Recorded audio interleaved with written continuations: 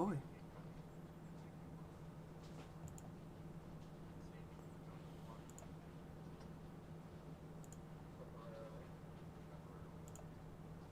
Take it though. Pitsy of me going just. It has started. Was waiting for you to finish your My rant. enraptured ranting about dark modes. It has begun. Hey, everyone wants to get dark occasionally. So Microsoft Word is still going. It is now over 7,500. So, Recommendations. he decided to put the fanfiction, the entirety of it, into Microsoft Word and see how many errors it shows. A lot. It almost died. Yeah, Microsoft Word, I've never seen it behave that way. It almost killed itself. It was amazing. You know, as it does when it looks at a deep, thick pile of garbage. 825,000 words worth of garbage. Mm-hmm. Then again, 2,100 pages.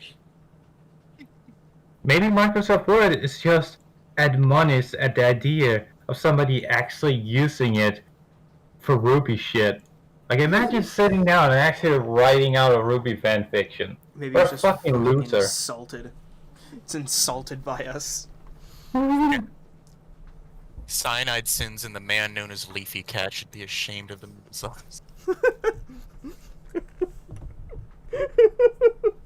I mean, he does pretty good shit. At least so far. I know, but he still writes Ruby fanfics. Come on, Lau, you said it yourself. It's all garbage. Ruby fanfiction. I mean, it is. The writers of them are garbage. They are trash, and they almost burn. But at least, whatever relief is cat writing, at least so far, it's been alright. Can't wait for it to turn into fucking trash.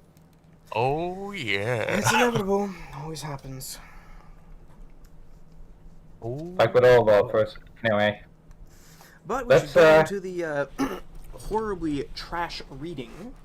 Let me move some things around here on my desk so I can put my feet up. The epitome of trash, if you will, ladies and gentlemen. We have reached it.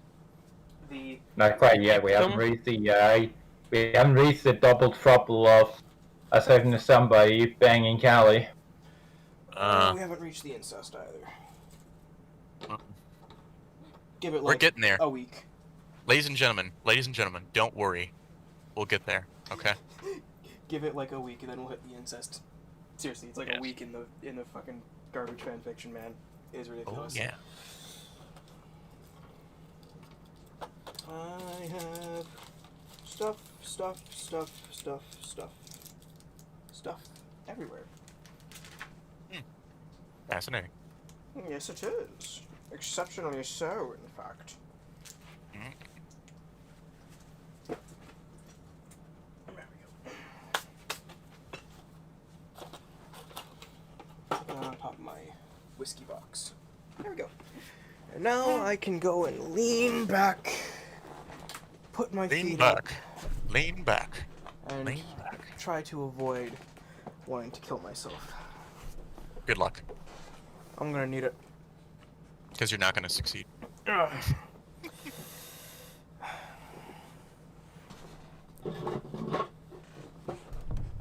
Grandpa Kitty needs his, booze. No, I haven't poured myself one yet. I should do that soon, actually.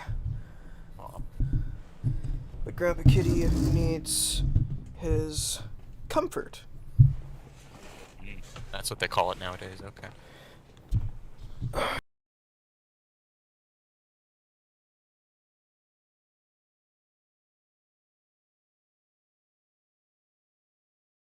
It is what it is. Did you just die?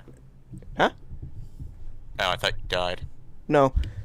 I was jostling the, input on my mic there. No, all I heard was you going, Now, let us begin with this horrific fanfiction. Oh, yeah. Broken Fangs by Cyanide, Chapter 17, Flouting Rules and Regulations. I'm not reading the entire thing like that. No, because he'll die, and we'll never get through it either. Tea time shenanigans, some rose trimming, really. And Yang has a chat. Capitalize the end, you fucking dipwit. Nitwit, dipwit. God, I don't fucking know. I'm too tired for this. Well, that proposal was a bomb. Now he's gotta explain himself to the Council of Sisters. Are they gonna decide to destroy the One Ring of Power? The one ring that he already gave to Summer. He gave her the One Ring of Power. Sauron's gonna appear in the story. Calling it now.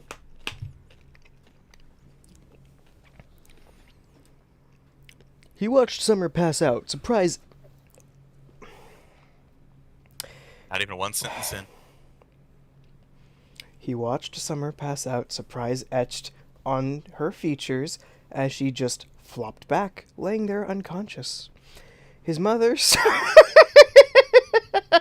to scream, and he turned around to see the pot of hot tea shatter on the ground as she started to hiss at the pain. Ah, the pain! That looks bad. They did say it was okay, right? I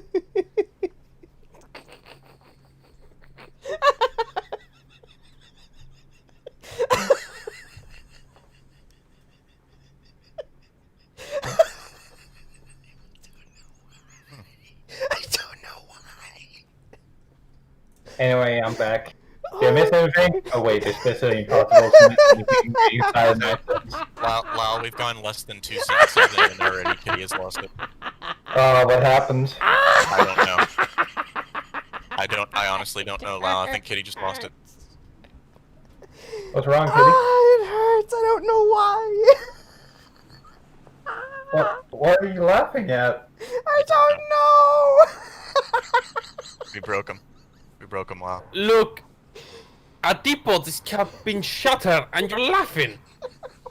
And you find it funny? Yes, I do.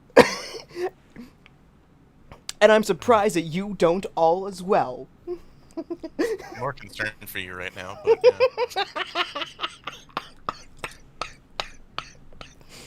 Look, the teapot transformed into a pickle. The funniest shit I ever seen.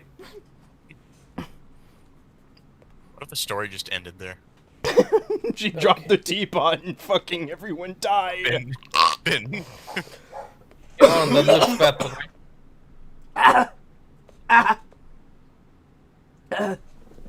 I think Kitty's actually dying.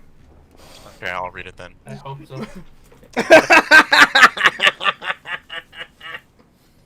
I'm going to. What is wrong with you, Kitty? I don't know. Explain yourself, John Ark. His mother hissed through gritted teeth. The pain she was in, undoubtedly something that wouldn't easily go away. Wow, dropping hot tea on your lap hurts? Thanks, Cyanide Sins. Camilla, you'd best give me an explanation that passes muster. I need to get the blister cream. Ash, you lousy mongrel, assist me. The faunus moved with steady paces, assisting his mother in getting up, and Camilla looked at him with that look. Looked at him with that look that looked a luckiness of the lookers of the lucky. It looked like suicide assisted by monstrous means. Okay, I'm back. I'm ready. Let's fucking do this. What was that, Kitty? What was that fucking seashore you had there? Okay, I'm good. Was it literally just you laughing at the grammar to get it all out of your system? I don't know. I don't know what happened. It just did. But now... then. By the way, don't worry, ladies and gentlemen. John's mom will be plowing faunus, I'm sure. Actually, no, I know she does plow faunus 30 chapters from now. It's fine. It's fine. It's fine, because I am alive once again. And ready to hopefully not just fucking break this time. He will. Over nothing. He's ready for the funnels to move at steady paces. The funnest moved with steady paces, assisting his mother in getting up, and Camilla looked looked at him with that look that showed perfectly how she had been trained to perfection of most household servants, as she sat herself down in a seat. The matriarch of the Ark family had appointed her as executor, and now as the interim matriarch until the burns she had been treated. Until the burns had been treated. Okay. It's gonna be a long. It was rare that Mother spilled tea on herself, but she kept a jar of cream. It was rare, but she kept the jar around anyways. If it happens rarely, why do you need the fucking blister cream jar? Anyways. Isn't that part of a basic first aid kit? No. Ballistic cream is something you keep somewhere else. It's not something you usually use for, first aid kit. Have you ever seen my first aid kit, Lau? Ever seen it?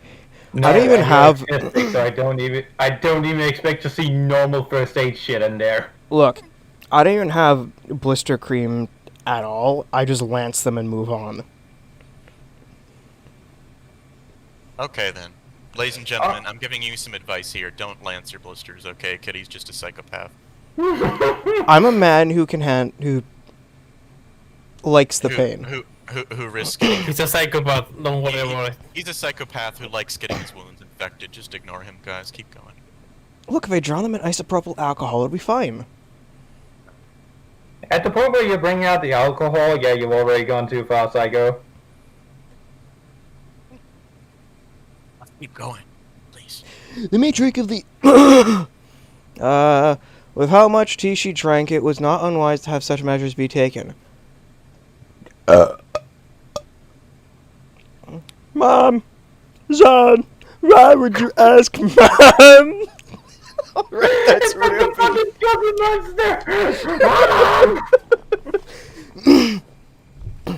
Mom! John, why did you ask Mom? Ruby looked tearful, and he felt bad for her. If he had another choice, he would have picked her, but she was the only option. I don't want to marry someone who wouldn't care for my family. Holy shit, John, you asshole. Yeah, Ruby wouldn't care for the family. Yeah, Ruby just doesn't fucking care. Huh. It's not like she's being trained to be a warrior by the best teachers out there. It's not like she's fucking been groomed. And she's literally being... Yeah, and she's also literally being groomed to be a fucking wife, so... I don't know where he's getting that. Camellia cleared her throat as she straightened herself, her face looking serious. None of his sisters were looking very amused. I thought it was Thor looked. With the faces showing different stages of shock, worry, and only Auburn giving a smile, but her eyes looked unfocused. Yeah, the bitch is seeing the future again. And she will continue to see the future, except for when she cannot see the future, in which case she, gets raped. No, that doesn't happen. I'm not spoiling that. No. You should just shut up, Courier. Honestly. I know. A voice that brooked no disobedient... Wait. Why did you betroth yourself to Lady Rose? A voice that brooked no disobedience from him, Camellia's face sat in that way that was strict and uncompromising. She was speaking officially, and that was not a good thing. Honesty was always to be expected. The truth always required. Ash wouldn't tolerate lies. He looked at Ruby, feeling her wrenching in his heart. He would be a good stepfather to him that he promised, but... The dialogue is bad enough without considering the context of everything going on, how fucking asshole-ish this guy sounds like. Ignore that call. Sorry. Can this be between just the Ark family members, Ruby? Or can this be between just the Ark family members? Ruby, I'm sorry, but... Camellia made a sound in the back of her throat before she addressed Ruby. Could you please leave the room, Inheritor Rose? It seems your future stepfather has some private affairs to speak of. God,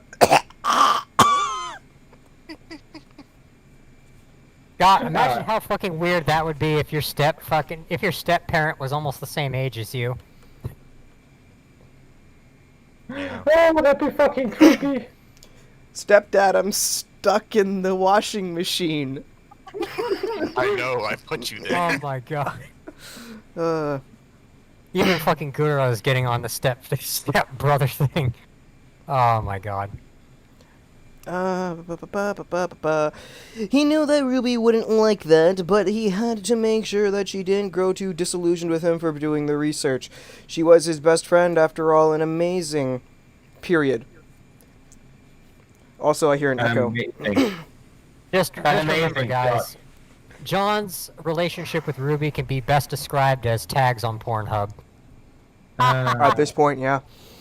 He... I'm sure it's probably coming on your end. It is. He didn't want to tell them what he'd found, but it's about your semblance, Camellia. He said, finally. Camellia nodded, looking at Ruby and awaiting her response.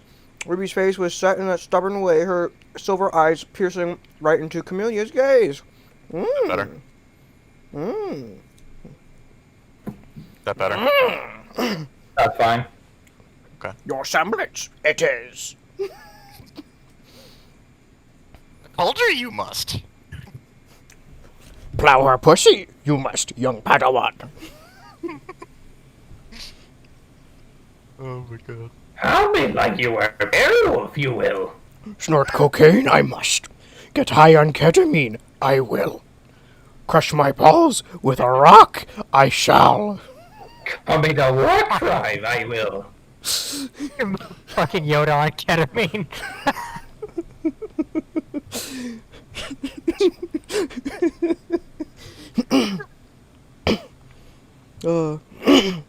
Call me the school shooting, I must. Ultimate sacrifice I must endure. Anyway, let's continue. Please, we're never gonna get through this. I'm not leaving Director Arc. I'm in my full right as Inheritor Rose to be with my mother and my stepfather-to-be. The anger in her voice was there as she took a deep breath. The least damaging thing, though at personal risk to himself. Admitting it was admitting failure. Most men would rather die than admit that their spouse had not been as faithful, and it was worse if she actively sought for the presence of other men. Cinderfell intends to commit inheritance theft and cuckoldry. His sisters' faces turned distasteful immediately upon the last word, all save for Auburn, whose smile brightened a little, a soft humming coming from her lips. Is she just retarded? No, she's having a good time. She's about the only person having a good time, probably because she's high. I would be high too if I lived in this family. Just give me the heroin, I need to calm down. Just give me the cyanide gas. Thanks, Jesus. Just give me the cyanide gas. Thanks, Mr. H. You got my back. Dude, that is also the funniest thing too, because instead of like helping her or something with her obvious mental issues, they just fucking give her drugs and just ignore the problem. I love that. That's just so fucking funny to me. It's like, oh yeah, she's clearly insane. She clearly needs help, like any professional help. But let's just give her drugs and just fucking let her go about her business as if nothing is wrong. That is professional help nowadays, Cap. Anyways, continuing on. I'm not letting some woman take what is ours from us. He looked at his sister. I'm not letting a woman, a filthy fucking whammon, take what belongs to us. The gynoids will never overthrow us powerful, superior men. He looked at his sisters, finding assent with that. Stern nods, even Saffron growing darker in her expression. If he hadn't been born, Saffron would have been with child and married. Why isn't she anyways? How the fuck does that change your marriage chances?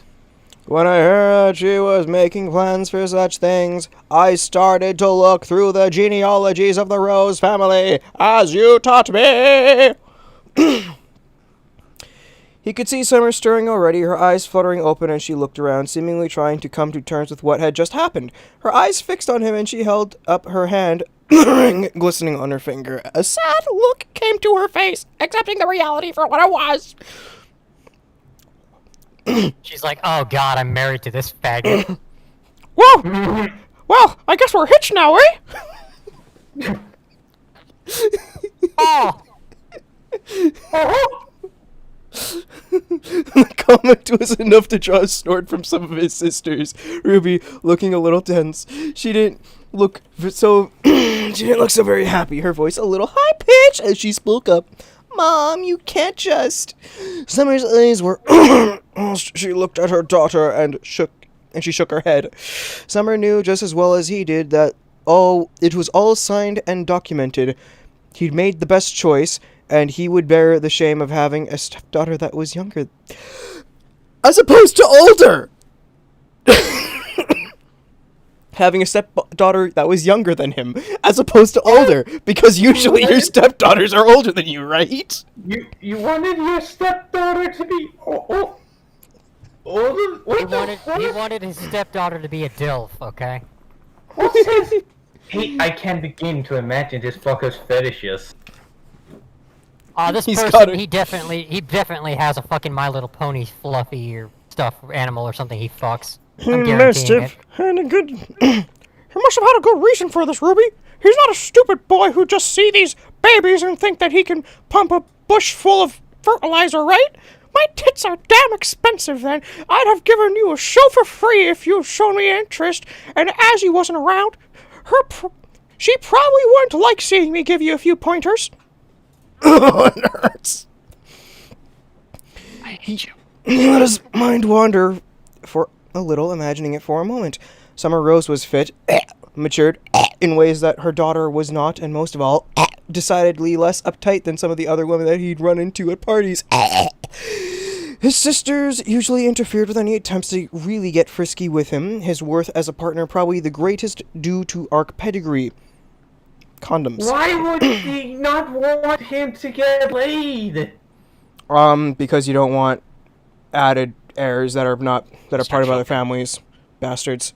Even though we've established this isn't like a medieval society and condoms are a thing, as are fucking... Condoms are a thing, abortions are a thing, and he fuckers are completely fine with him just having free, risky sex with his slave girls his that pets. are seen as literal trash and pets. But oh no, if he gets frisky, he might produce, a bastard. Who fucking cares? Who fucking cares? It was already out in the open to the others, so it wouldn't be too awkward to unveil to Summer. I would have been cuckolded by my future spouse if our marriage had come to pass. I'm sorry, Summer. He could use her personal name now rather than a formal title. She had signed the certificate, which evened their status to the betrothal level. That's a valid excuse. So, why me? Why not Ruby? This is how I have to entertain myself. It was a valid question that undoubtedly would have been asked before. The documents had been scoured for any bits of information, and it had been all legitimized with the proper marks and notations, but there had been something awkward about him. He had been more than thorough, even checking things on Camelia's desktop. Really? To make sure that everything was accurate to date. Yes, because apparently in a world of personal laptop computers and the richest family in the continent, only one person in their fucking household has a goddamn laptop, apparently.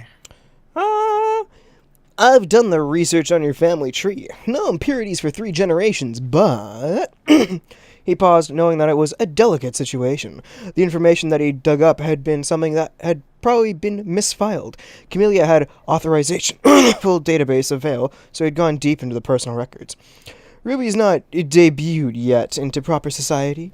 If I were to take a child, and I mean no offense with that, Ruby, as my pride to be, Cinder would be able to assume complete command of the Rose household as well, through the privilege of being first wife in seniority.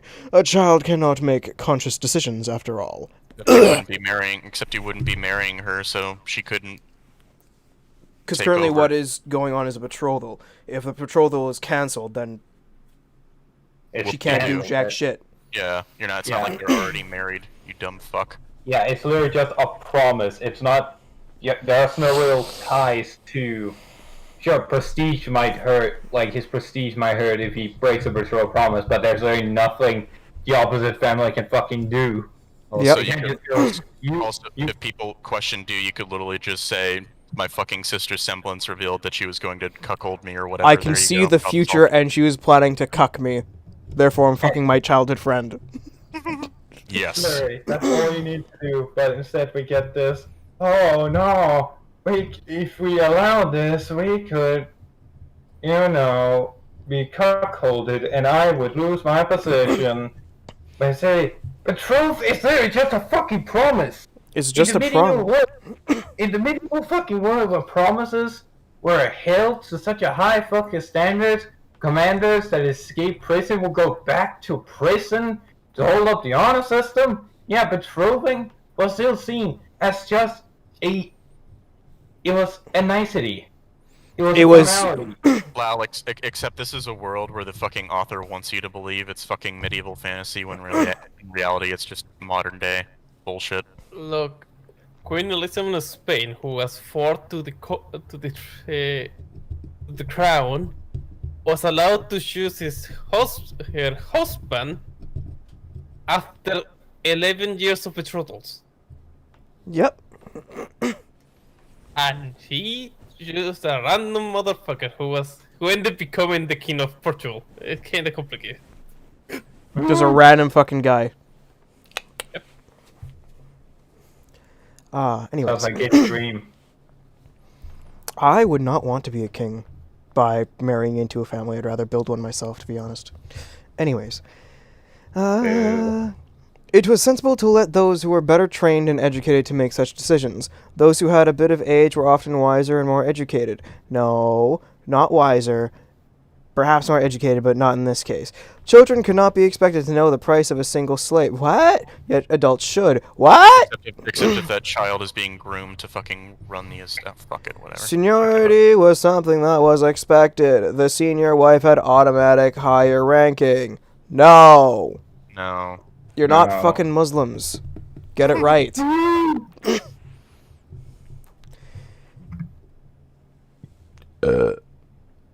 Kitty, stop it, Jesus fucking Christ. I have gas. My apologies. Take the fucking Tums then, Jesus. That helps with indigestion, you dumb.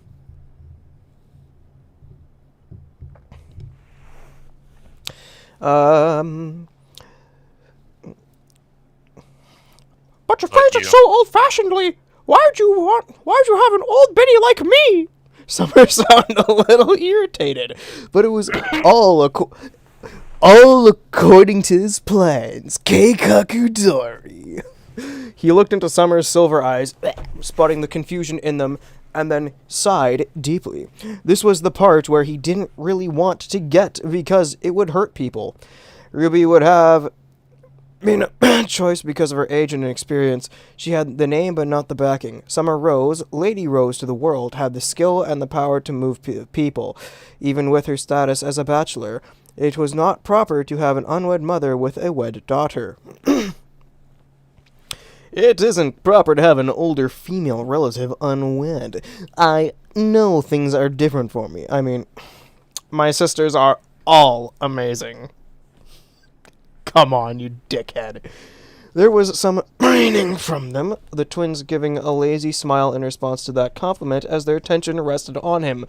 They were judging him, waiting for their time to say something. Camellia cleared her throat to get order back once more. She spoke to him. Well, why did you not pick Ruby Rose? She would debut soon, and age would not be an issue with the contract that you have made. Seniority gives away the status. Seniority gives way to the status of first wife. He didn't suppress the shiver that went through him. He looked at Ruby and then at Summer. He swallowed. This was going to be tough to say out loud. He really wished that Ruby wouldn't have been here for this. She looked at him with eyes that showed some betrayed feelings, like he'd done the worst thing to her, which he really had. Yeah, Yeah, Lady- sorry, bitch, I'm banging your mom. Lady Rose, you say that Crow Branwen is her father, right? His voice was hesitant as he remembered the important details. It had been outlined more than once in the man's biography and full physical details. The genetics had been listed, but he'd been not as interesting in those after some comparison. Yes, he was the man that I took to bed. He is Ruby's father. John looked at Ruby and then sighed. The man couldn't have been Ruby's father. The notations in the file were serious about it, though it was not public knowledge. Ruby would have been 21 this October then, summer. Crow Branwen was deemed infertile and unable to propagate by the official Huntsman Certification Board at age 18 due to general trauma. She took my balls, Ruby. They took my balls. He took my balls, Ruby! Balls and turned me to a bird, Ruby. Landing with the... I can only get it on with penguins, Ruby. I mean, you ain't wrong. Due to genital Oh my trauma God. after a grim purge mission, a hush fell over the room, even as the fauna seemed to fall silent. They should be silent anyways, by your own fucking rules. He could see his sisters, Savor Auburn, look at Ruby Rose Also, considering what we learn later on, where the Faunus all just inbreed and fuck each other's family members or whatever, why would they give a shit about a bastard child? Sorry. Shut up. Shut up. He could see his sisters, Savor Auburn, look at Ruby Rose with looks that were a mix of pity and disgust. Two words hung on their lips, yet none dared to utter it. Unwilling to put us back in the powder keg. Bastard child. Summer Rose's lips were thin as she looked at him and exhaled softly, her eyes closing. That was classified information, Inheritor Ark. There was a living rage in her voice as she looked at him as if he'd just suggested that she was a faunus. But he is. He is a funny fucker. A grave insult to most women of sufficient standing. She hadn't denied it, though. Ruby looked like her world was crumbling out from under her. He felt really bad for her. I checked the official Huntsman database using Camelia's personal workstation. It's all in the files. I had to know. She always said that an ARC should be thorough when deciding something. He looked at Ruby. It didn't change anything. She was still Ruby, his friend. She just wasn't born to the man who was claimed to be her father. It was okay. It happened sometimes that women birth children that weren't their husbands. Mom, is this true? Ruby's voice was a little shriller as she seemed to grow panicked. His sisters gave her a pitying look, understanding it perfectly.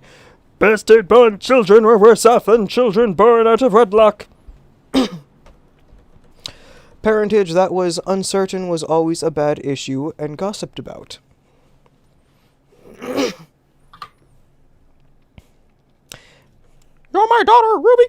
You've been tested and you're my daughter. Crow wanted nothing but a girl to care for after things happened. Ugh. Summer's voice was soft, her eyes looking at Ruby. Jean could see that Ruby was having trouble processing it. He tried to offer some condolences, even if it must be a horrible shock to her. You're a human, at least. You didn't breed with a faunus. I've seen the genetic tests, too. It was important genetics. Summer and Ruby Rose shared nearly everything genetically. It was really something that showed the purity of the line. Similar features, similar eye shades. It had been something amazing, really. He'd almost suspect that they were clones, though that technology had been banned after the degenerative effect. The difference between mother and daughter was there, though. Ruby Rose would not have to fear of insinuations of being a faunus. Her blood was pure. A soft scoff came from Summer's lips, a bitter expression on her face. There was no joy in her eyes now as she spoke softly. Your father is dead Wait. Your father is dead now, Ruby.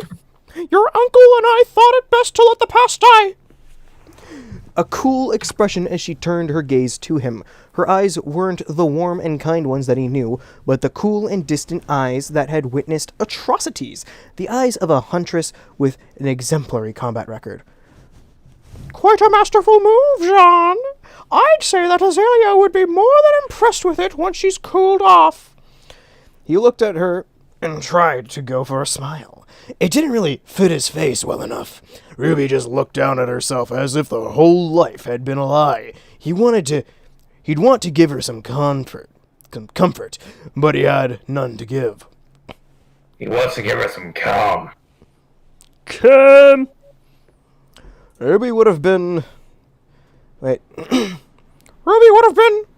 Summer sighed as she shook her head, a look of resignation, one of a mother who loved her daughter, who cared for what her daughter would want. Also, the Echo Courier.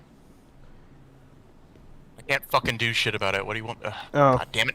It wasn't me. Oh, okay. Sorry, Courier, then. No, I suppose this is the best course of action. People would do the research and it would come out eventually. I can see why you picked me. It's not... Fuck. You've got balls, John. That's the first time I've seen Azalea blank out in a decade.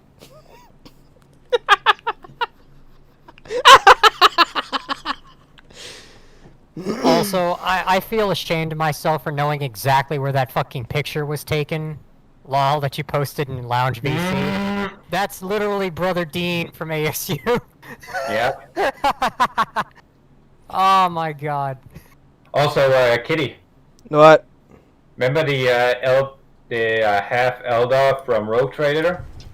The Ultramarine guy? Chief Librarian? Yeah. Yeah, they reintroduced him.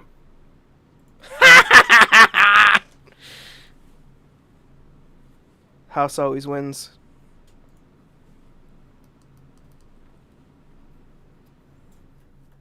And he's officially the envoy of Eldrad Ulfron.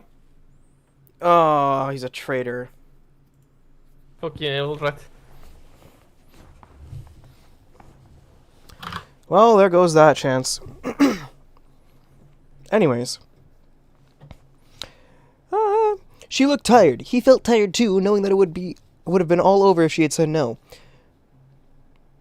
Why did you try to push Ruby towards me?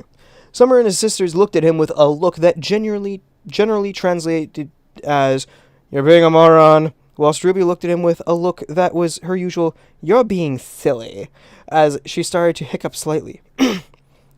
Because she likes you, Jean. Were you the only one who didn't notice? He blinked and his mouth fell open. Uh-oh. Things were starting to click. Uh-oh! The blush when he offered to dance with her. Uh-oh! The desire to keep playing games with him on the video game console. Uh-oh! His sister's making jokes about staying out with Ruby and playing the kissing games. Uh-oh! Is that actually in the dialogue, or is it just you trying to act surprised? It's me being a dickhead. Alright, because I could absolutely believe that the author would be such a dipshit to go, uh-oh, this is where you're supposed to feel tension, guys. Oh, I guess that would explain why she wanted to see my penis. That explained quite a bit more. He felt like a bastard himself. He felt bad for Ruby. She was looking at him as if he'd dashed every last bit of hope for her. I'm not... He liked her as a friend, as a best friend. She That's was... a femoid. He didn't like her as a gynoid. She was someone who was fun to be around, even if she would start Beacon early, just as her mother had. She was a prodigy, and she was strong. I'll be the best stepfather she can have, but... Yang came to his mind. He could see her looking at him, and she made him feel good. Ruby was perhaps the parentage uncertain on her father's side. She was still Ruby. She was a child from an unwed mother that she was a child from an unwed mother did not matter. That she was a bastard child, it didn't matter to him. I should have asked her first, but he doubled down whether he was saying the right... He doubted whether he was saying the right things. He could see Summer's face warm up a little as Ruby's turned gloomier, Summer's eyes glinting as she smiled and nudged Ruby, a wink from her as she spoke with a lighter tone. Hey, can I at least... Hey, can I at least still give you the third wife spot? That was the thing, too. The first wife tended to have the highest say in activities within the household, generally picked as the one who would be bringing the wisdom. But that wasn't too far out of the imagination. What the fuck? Then who's the second? Surely it would not be Cinder. So stupid. It's all so fucking stupid. The third wife has to say... No. That's all talking about the first wife. You misheard. Oh, alright. I thought he said the third wife has the, most authority around the house. No, that's the first. Alright. Still fucking stupid, bud. Generally Maybe picked with as the deciding one giving who could be women bringing right. the wisdom, but that wasn't too far out of the imagination. I wouldn't mind that, but... I wouldn't mind that. It doesn't change what you are to me, Ruby. He smiled at his best friend and future stepdaughter. Ruby smiled back at him, her eyes still doubtful. He smiled at her, trying to give her hope. Things weren't bad for her. She'd be his third wife. She'd be his third wife if Summer wished her to be. Third wives could be divorced if Ruby found someone to love. But... She tried to say something, but faltered as he shook his head gently. He made a wave with his hand to his sisters. Look at my sisters. They're all wonderful people, although some of them aren't very welcoming to others. He mainly meant Auburn with that, but that wasn't for Ruby to know. She'd been mostly around when Auburn wasn't. I've seen a vision where they were all dead, just because of the whims of a fondness with delusions. I'd rather marry a bastard-born lady of the House Rose than ever lose my family. You're legitimate in my eyes, and no one else has to know, right? Mother wouldn't like the worry, nor would Father. The threat to his sisters was clear. He was an Ark, and he would be the one to inherit. If he wished 7 wives to match his 7 sisters, there would be 7 wives. If he was the sole heir to the name, he would not watch it be sullied by a wife who would cuckold him. Mother did not need to know about the questionable status of Ruby. You're my best friend, Ruby. I had to ask your mother first, but... Oh, I accidentally read ahead. This was asking a lot of them, but he could see the assent of his sisters already as the threat had landed. The ink on the contract had dried only recently, but he could see that Ruby was yearning for it. It was something that he could do later, after his first marriage had been formalized with Lady Rose. Father would approve. You can call him Daddy. You can call him Daddy in the bedroom too if you want. I don't think he'd mind. Christ, this dialogue is fucking atrocious. It hurts. I want to die. Summer added with a tone of slight amusement, her eyes starting to soften, and his sisters started to laugh as Ruby flushed. The tension had been defused, not diffused. Maybe it was diffused throughout the room. I don't know. No. Defused, as in it had a fuse that had been removed. Oh, fuck. Bomb Right. defuse! Oh, shit. I didn't even notice that. Okay, wow. As Ruby Rose, or as Lady Rose, straightened a little, taking a deep breath and gathering herself.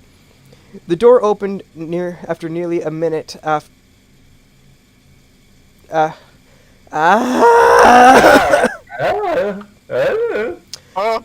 The door opened after nearly a minute as the ladies fixed their appearances and his mother came in a different dress, small winces made with every step. Ash was behind her, like a shadow, placing a pillow on the chair that had been his mother's before. Have the arrangements been made? The sharp tone of his mother's voice was real as he watched her give Camellia a look. Ah, she gave her a pickle. The hawkish pickle on his mother's face, something that he could understand. Are we doing the word thing? No, I'm doing it because I'm pissed off at the author right now. Only now? Only fucking now? At this current moment. At this current time zone. At this current juncture. So, Kitty, what exactly pissed you off? I want to know The exactly repeating what of pissed you the off word on this. look 4 fucking times in a single sentence. Remember, there's almost 200 instances of it in this chapter alone. She'd probably just slathered the cream on just to remain presentable, and then do the further treatment later. Reason has been given for the proposal, and genealogy was checked. Lady Rose has met the criteria, whilst her daughter, not having debuted to the society at large yet, does not. An agreement has been reached about third wife status for inheritor Rose, should Lady Rose become the first. The summary of things was calmly delivered, even though no mention was made of the heritage of Lady Rose. It would be a slight against their future sister-in-law. Camellia was generally the one whose voice was heaviest in the household, aside from their mother, with Saffron being the counterweight if she could be bothered to weigh in on something. That's salvageable, I guess. Jean, is there anything else that I need to know before I inform your father of the sudden decision to include one of my best friends into the family tree? He wondered whether she should know of Cinder's plan, or whether he should keep it between them. Auburn wiggled a little back and forth. Cinder was going to usurp our line. Auburn said it in a cheery tone as his mother's head fell down onto her hands with a low groan coming from her mouth. Summer gave her friend a sympathetic look as his mother started to grumble in unfriendly tones about tempting fate. Please tell me that Auburn is joking, Jean.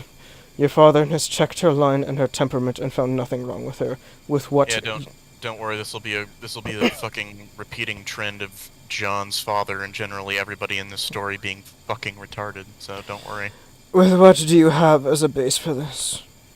He looked at his mother before. It's not going to be the last time we hear John's father fucking. Please. He looked at his mother before he was about. What? He looked at his mother before he was about to speak. Period. What? Ash raised her hand in order to be given permission to speak. Ash always knew what was right. She'd raised him into what he was now, had taught him everything. This Faunus has overheard Lady Fall speaking of such matters. His mother's face wasn't visible, but she rubbed... No, she rubbed her penis while her hands were on her face. Right. But she rubbed her face, a long-suffering groan that sounded vaguely like a cock-ridden asshole. But his mother didn't really swear. She didn't like it. The word of a Faunus, Jean. What's next? Are you going to marry a mongrel and our bloodline with disgrace? Just heap that on your mother's shoulders next, and we'll be done with the whole roller coaster of shame. Don't worry, that's coming. It's coming very soon. You're letting him freely breed with a Faunus if you're so fucking worried about the bloodline. Why is this story a thing? Because, fuck you. Just let me keep reading, please. We don't need to go off on a long-ass tangent about this. It's not worth it. It's just suffering. It's so stupid! The word of a Faunus, Jean. What's next? You're going to marry a mongrel and end a bloodline with disgrace. Oh, I read that. He thought of Yang, he thought of Blake, watching her stand there, not quite comprehending what was going on. She'd have to learn the high language eventually. She would be a good pet if she was educated properly. Camellia showed me a vision. He looked at Summer and at Ruby before he turned to gaze at his mother. His mother had gone very still as something that sounded like a very bitter curse came from her. He could see Camellia wince. I'd rather marry a Faunus than be a cuckold. Cinderfall may be perfect on paper. She may have the breeding and the manners, but she will ruin us. He was convinced of that. For some reason. He was convinced of that for some reason. With the marriage, things would be stable for a bit, but she would find a way to revert that, to twist it. Auburn didn't like her. Auburn had never really stated a dislike for anyone, but she'd said that Cinder was a bad woman. Adultery or cuckoldry was not going to happen on his watch. He was not going to do that to any of his children. He would watch them be born as pure and fit as they could be, rather than to raise another man's brood and have it bear the name of Ark. Imagine looking at Cinder and thinking that the worst part is the cuckoldry. Yeah, the worst part is that she's fucking 10 years older than him. There's a man into that. His mother's face emerged from her hand, a deep sigh coming from her lips as she looked at him with a look that was long-suffering. We'll have words about this later, Jean. Summer, my apologies. This isn't how I'd wanted our families to be joined. Summer smiled boldly as she winked at him and got up, her body shorter than he was, an arm looping it through his own and pulling him to her. It was different from the hugs she'd given before, more womanly, rather than the informal ones that never did press herself against him like this. Hey, at least you'll be seeing me more often than once a month or so. Sean will get his chance to bust a nut into our rose bush, yep. Mama Summer's gonna be a bummer for the bed springs. The Mickey Mouse voice just makes it even worse. It's just disgusting. I would not want to associate with a woman that was this Openly whorish. slutty. Openly slutty, whorish. All of it. Am I this openly whorish? No. No? Okay, good. I am going to withhold my comments. I'm just gonna say no. Honestly, not. I mean, it's hard for a person to be this openly whorish. Usually they're whores. I'm just horny. That doesn't mean I'm a whore, though. There's a big difference. Just saying.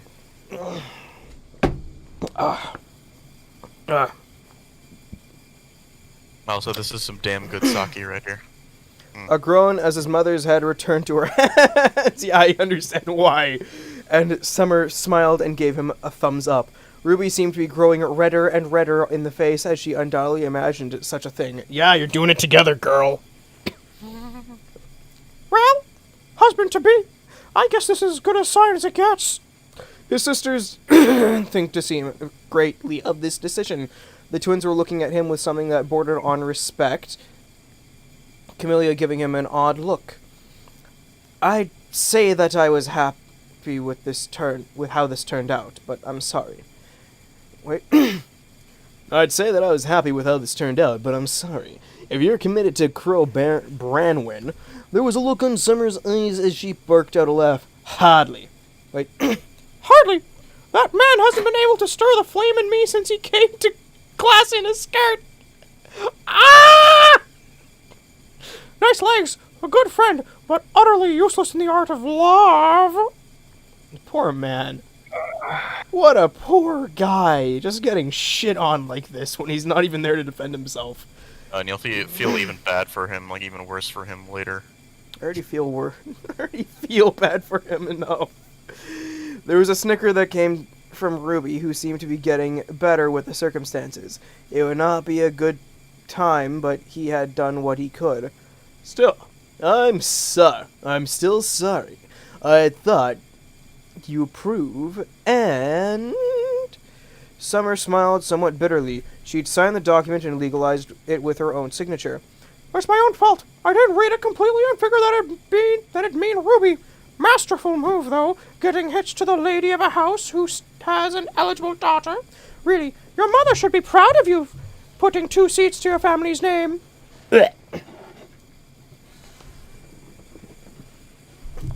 There was a hush that fell as Camellia looked seriously at their mother, Lazadia Ark, running her hands through her hair, looking down at the carpet with a thoughtful expression.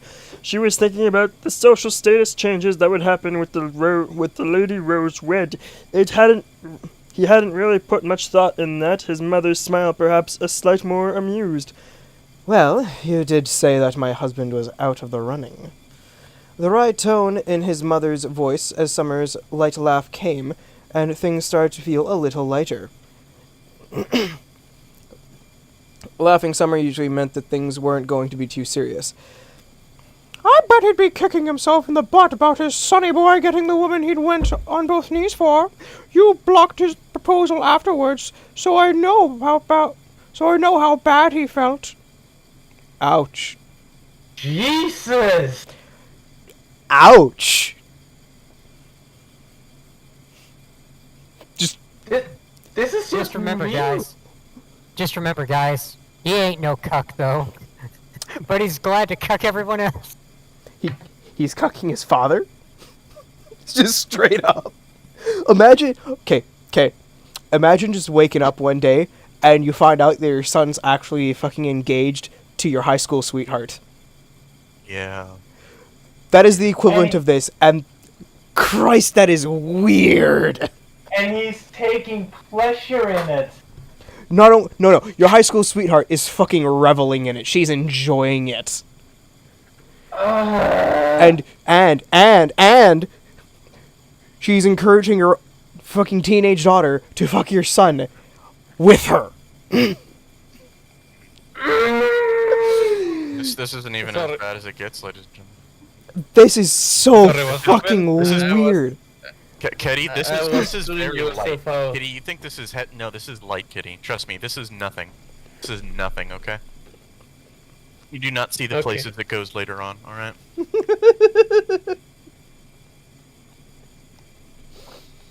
What were you saying, Cobra? Sorry.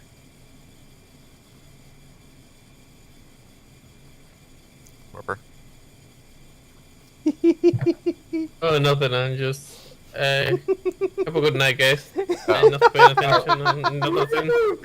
Have a nice night, Warper. Night night, Cobra.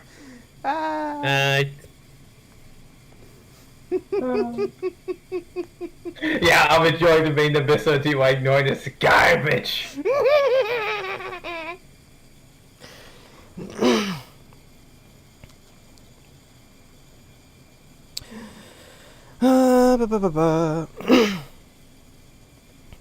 His mother's amusement was merely a sharp laugh, cool and dismissive. This wasn't something that they as children knew about, as most of them looked at their mothers like they had just heard the sky was green. Wait, father proposed to Lady Rose? It was Saffron who spoke up, the most shocked out of them all. His mother, Azalea, nodded. He hadn't known about that, but he figured that it was that it must have happened during father and mother's trips to the other kingdoms or the gala. You think that'd be the least weird shit that's happened so far? Get this. Right in front of me, grabbing a handful of my best friend's behind whilst at it. Do you remember when your father was on crutches for most of the stay?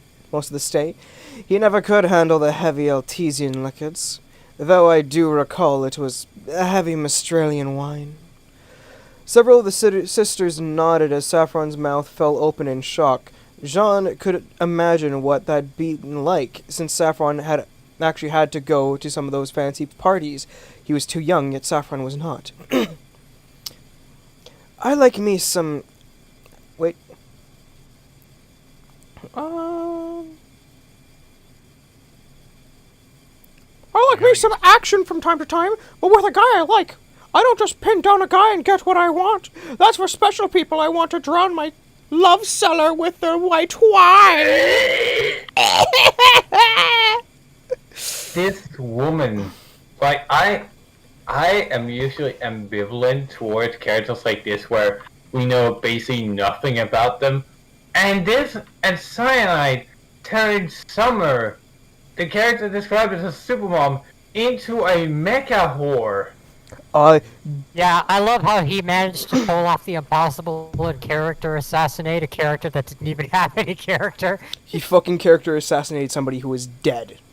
He did it, boys! And also never had any interactions in the main series except for like a single frame of a flashback. A single frame of flashback and what the daughters said about her. Yep. Like, Jesus Christ, how do you fucking ruin a character like this?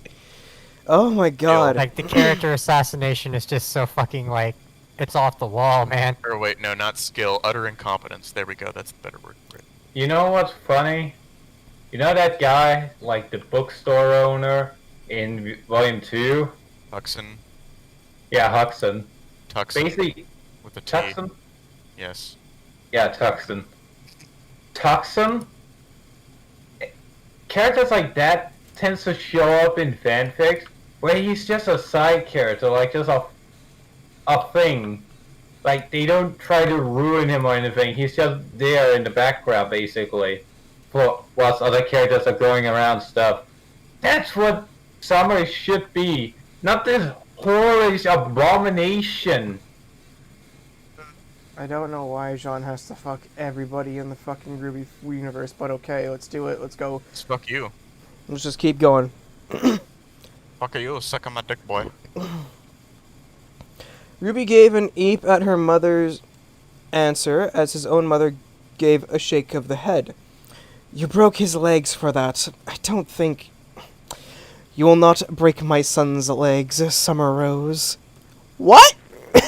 She broke his dad's legs? Oh, yeah, that's why he was Christ. that's why he was hobbling around in crutches. She fucking snapped his legs when he touched her ass. Okay. I mean, I've heard of people, you know, having sudden reactions to being touched. Hell, I jump if somebody's touching me when I'm not paying attention. And Romulo sets people on fire. Yeah, but this...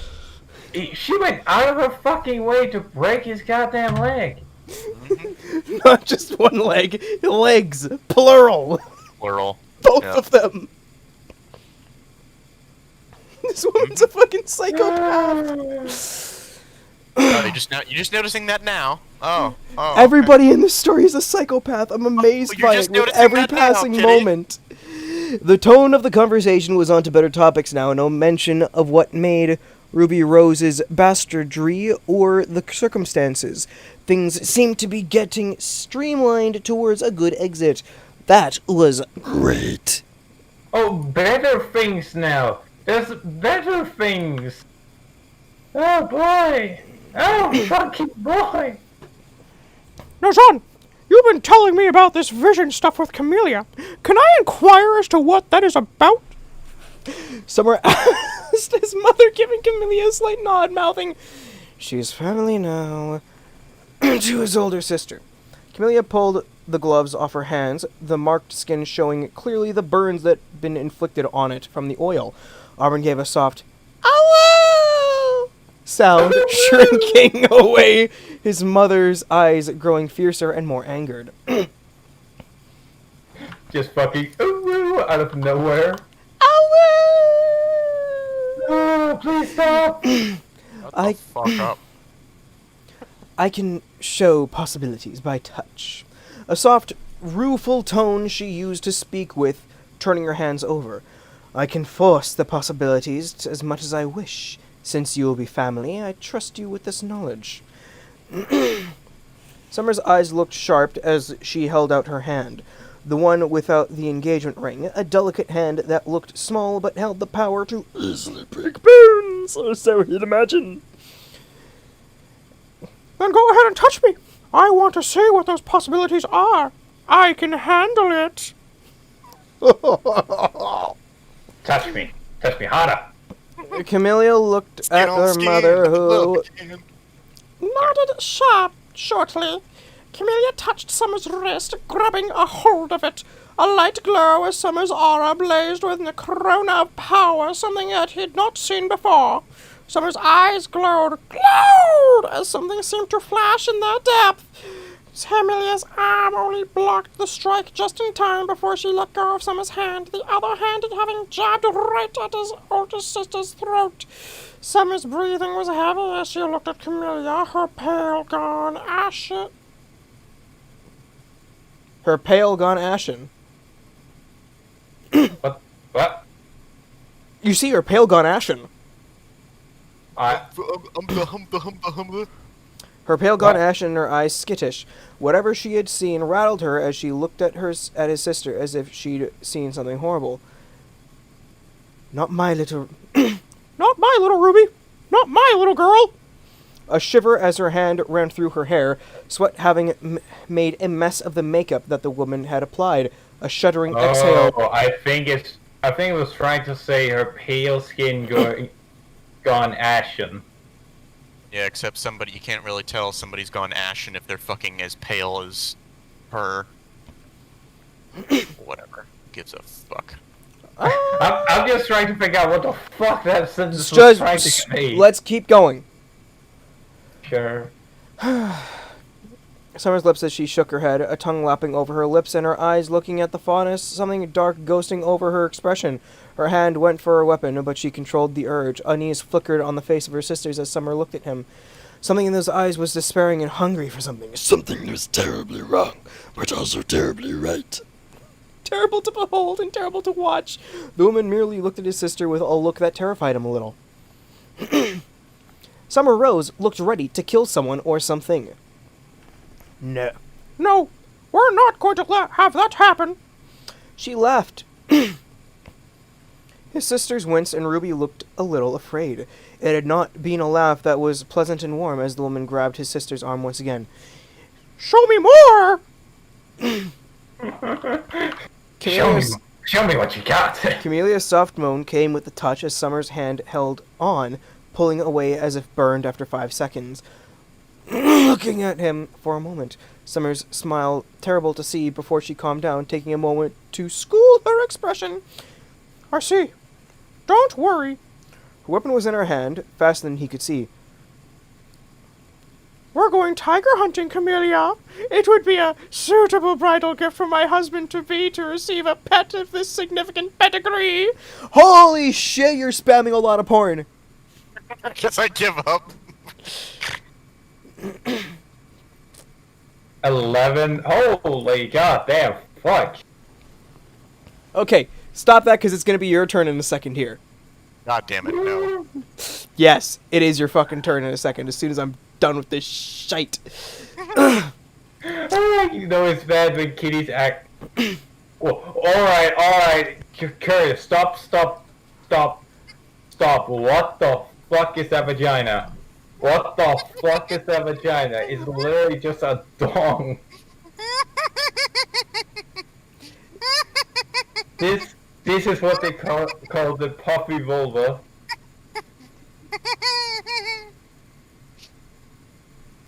She just has an innie, it's no big deal. You people are fucking degenerate. Let's keep going. You're welcome. You bastard. You hypocrite bastard.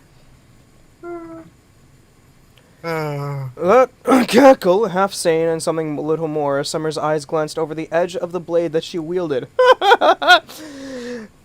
Let our matrimony be joyful, Jean. I have seen things. Ruby, we're going home. I need to talk with Azalea and my boy toy to be first. You go make yourself scarce for a moment. So can the rest of my sisters-in-law except Shorty McSpooky? Scoot, scrap, begone! What? He saw his sisters move away awkwardly, Saffron stumbling a little, undoubtedly due to the lack of sleep. He could see her look at him and then give him what he thought was a comforting smile. They had his back. They were his sisters, and they loved him. Not in that way, buddy. Oh yeah, they love you, man, just none that way. They'd probably have a few words in private for him. But Summer was already breaking etiquette as much as she could. The woman laid herself over the couch and looked up at the ceiling. Her eyes were tired as the door closed behind the final sister that exited, Ruby having to part with them. Undoubtedly, they wait in front of the door in order to make sure that they would be allowed back in to finish their tea as the proper etiquette demanded. This is such a mess. Her hand was held up, the ring sparkling on her finger in the light. It was a mess, but he had created it in order to prevent a bigger mess. He did feel bad about springing this on his mother, but he knew that the family would not want an infiltrator in its midst. I'm proud of you. I'm proud of you for doing something like this in one way, but I am disappointed in a way as well. Or in a way, too. Couldn't you have at least waited to get my input on something like this? His mother's voice came from the side, and he thought of Yang again. Would Yang have wished him to be chained in a loveless marriage? No! Blake, come here. The faunus girl moved to his command, shy and hesitating. She was willful like the darkness of the night, her golden eyes looking at him. She had been a figment of darkness for him, a thread of that brutal, inherent nature that the faunus could have. He was happy that Yang was a doe, soft and gentle, caring. Go and make sure that my sisters and Ruby are seen to. We've got to talk about important things. He sat himself down next to Summer, facing his mother. Ash stood nearby, her fingers making the small symbol that he should moderate his tone. Blake did as she had been ordered, and he felt the small hint of contentment as he smiled a little at the obedience that she showed. The door shut behind Blake as he spoke up. She was with my other pet during the uprising at the Faunus Management Bureau. His mother's eyes widened, and the woman leveled her worst glare at her eldest daughter, Camellia, making a pitiful sound. There was power in his mother's gaze, despite her not having her aura unlocked. The Ox rebelled against his fate. He would have done terrible things to humanity. Camelia's voice was soft. Wait! The Ox rebelled against his fate. He would have done terrible things to humanity. Camelia's voice was soft, as Yang would have died. He had buried her in that ghastly vision with the gallows, admitting to himself the terrible thing. She was no different to him, than him, and he had loved her. He had been free to admit it to Lady Rose in that vision, because it no longer mattered. Yang had been a slave with a collar, but he could have pulled strings. He could have. To pull the slave from its collar is a sign. I lost control. He touched me and I re-established control, but... His mother hissed at Camellia. She didn't look very happy at his oldest sister, though the reason why escaped him. He'd survived with his wits intact, so that was a good thing. He didn't have nightmares. Don't even say it. Did you ruin him too? His oldest sister shook her head. The sadness in her eyes was there as she got her gloves back on. No, his mind was mature enough to handle the stress. Mother, I'm so... His mother smacked the armrests, the sound making Camellia flinch. That's not good enough, Camellia. I have to look at her every time we are in public. His oldest sister started to cry, his mother's face angry and wroth with that... Okay. Let me translate this. His older sister started to cry, his mother's face angry with that angry that he hadn't seen before. Does wroth mean angry? Wroth is just anger. So angry with the anger that he has. Oh. His mother's face angry with mother's face angry with that angry that he hadn't seen before. That's all that sentence says.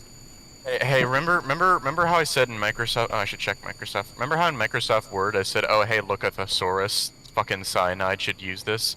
I take it back. Just keep him away from any writing utensil. Now, no, Google would have... Oh, not Google.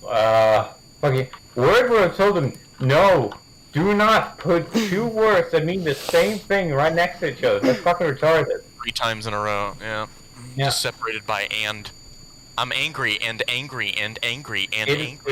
It makes the green line under it. Yeah. So it's like, there needs to be a subject.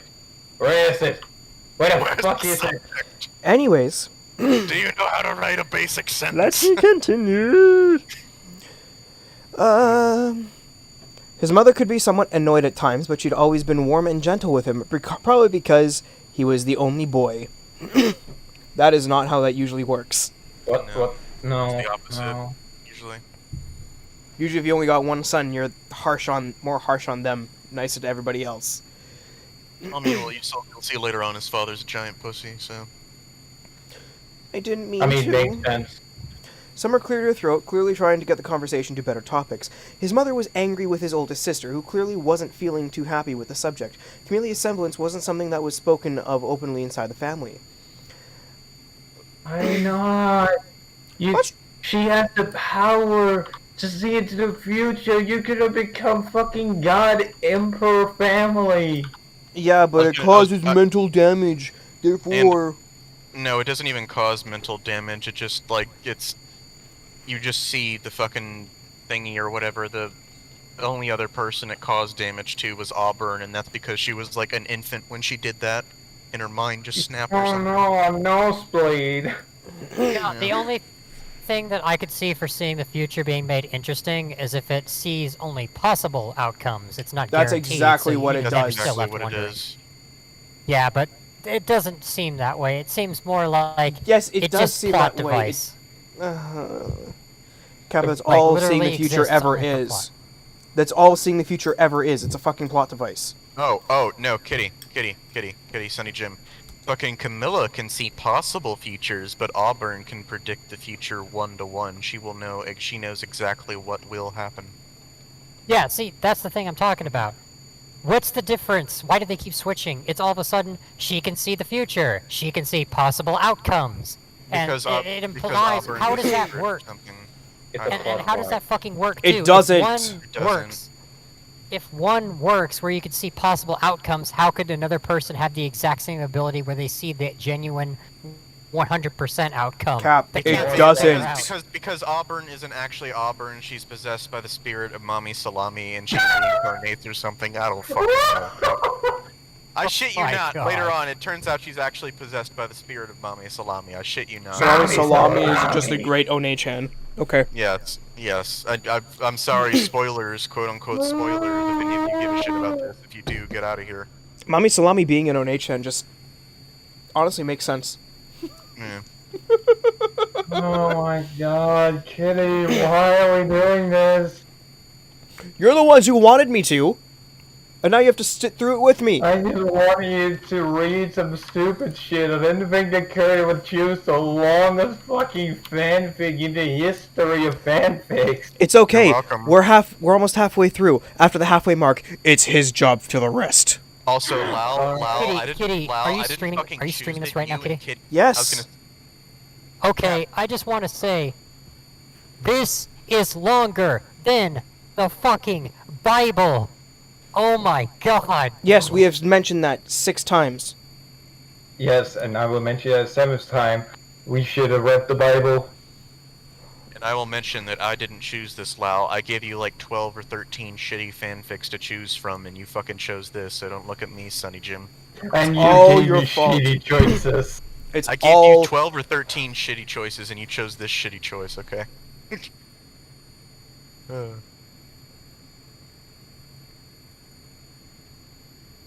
Are you done arguing? Yeah, Kitty, it what done? were you going to say? Is it done? I just want to get to the fucking halfway point so I can yell at you to read instead. Okay. Okay. Let's talk business, though. I'll be hunting down the tiger. Camellia, you know where she is, right? The nod from his sister did not surprise him. Lady Rose was famous for her ability to deal with the rebellious faunas who did not accept the yoke put on their shoulders. Oh! A terrible thing, because they would just be exterminated if they did not accept it. That was how the world functioned. I'll get the other huntsman, even though I have to get half of Vale's reserve mustard. There's a reason why Osmond trusts me so much!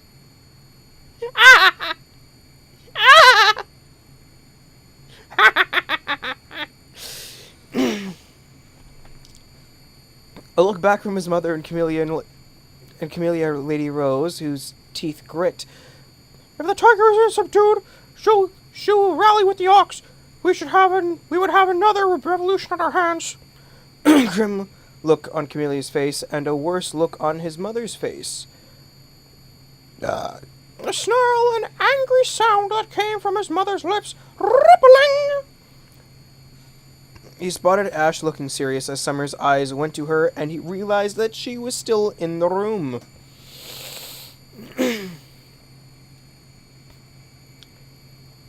She is a faunus.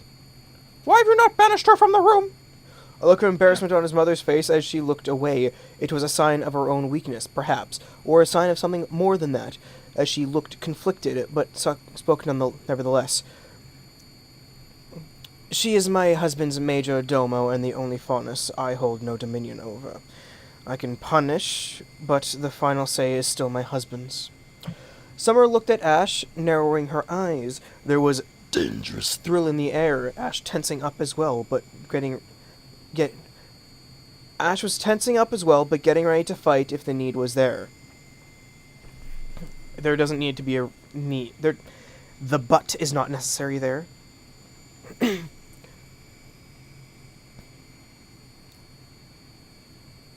you mean ill will against the family you belong to, Faunus?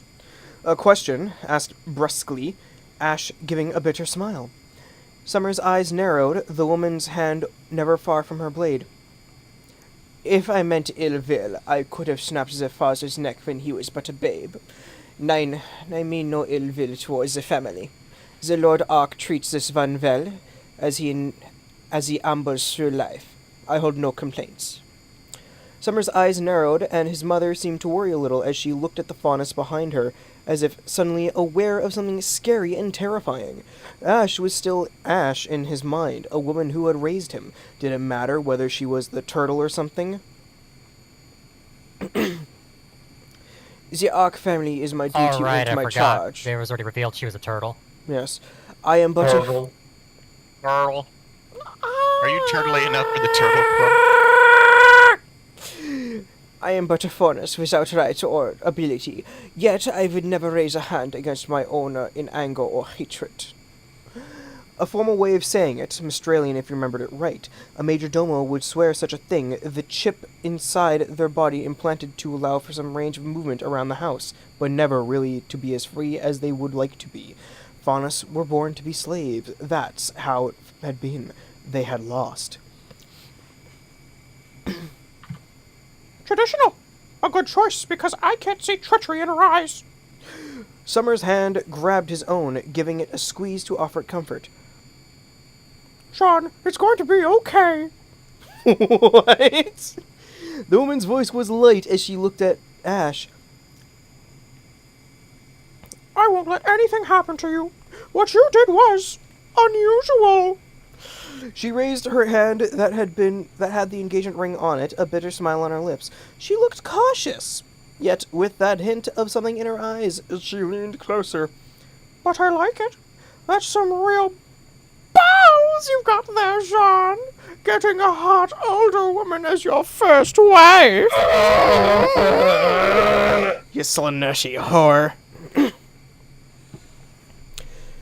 His mother looked a little impatient, her expression less restrained. She had been rattled by the events as they had happened, and it was not at ease. Summer turned her gaze to his mother and then leaned closer. This big boy is going to be breaking the bed with me, Azzy. Want to listen to your boy getting a real woman full of pleasure, huh? Shut up, Mickey. No! Mickey. No! Shut the fuck up, Mickey Mouse!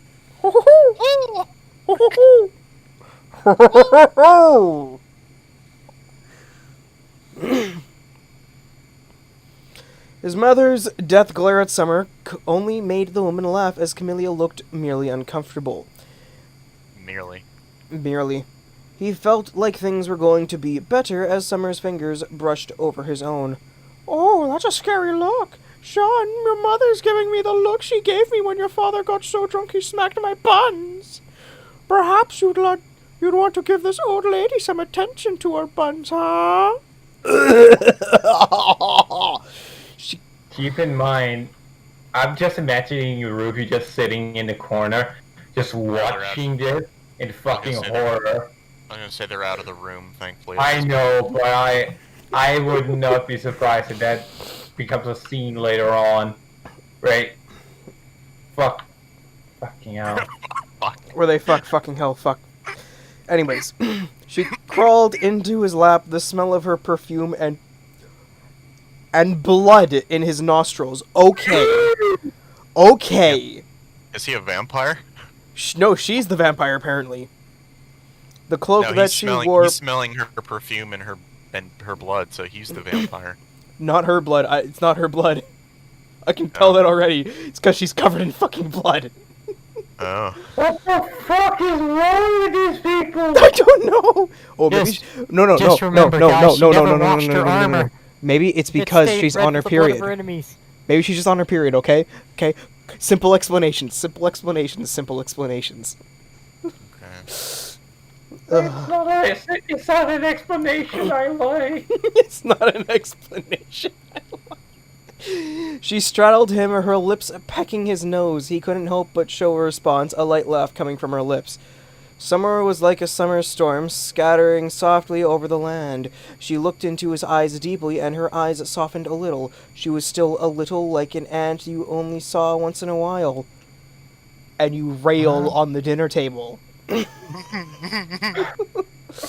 Oh, fuck you. You would be a great husband for my little girl. She intensely did a little hum as she rubbed herself against him, leaning forward, biting down on his earlobe. And I think you're kind of alright, too. Getting my hand in marriage with a sneaky little trick like that? Oh, I'm going to make you regret it by...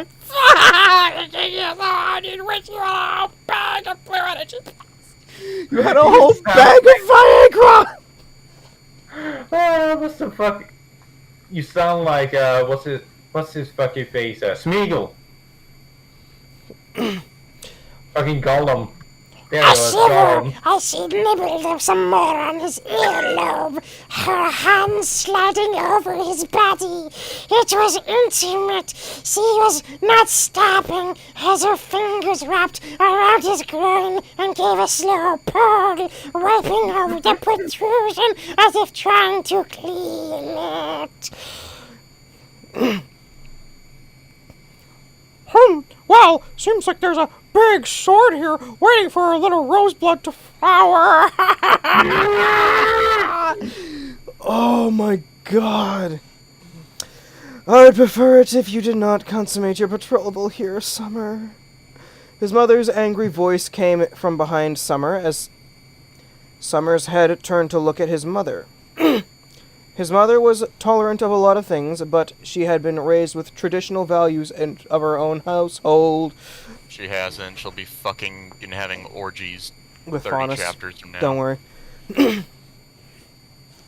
Boo! Ruined my Don't fun. think about it. He's a big bastard too. Jesus, girls at Bacon would have been creaming their skirts over this guy if he'd brought his sword there. Did you actually say Jesus in the text? Yes. Does that mean... There's Christianity in this world, boys. Does that mean that Deus Vult! Does that mean Seat of power is in danger. No, Alright, so lol. Jews are canon Ruby. Lol. Even better. The Jews are Faunus. Oh, that would explain the 6 million. Have you heard of... Jean, have you heard of the 6 million? Have you heard of the 6 Carillion?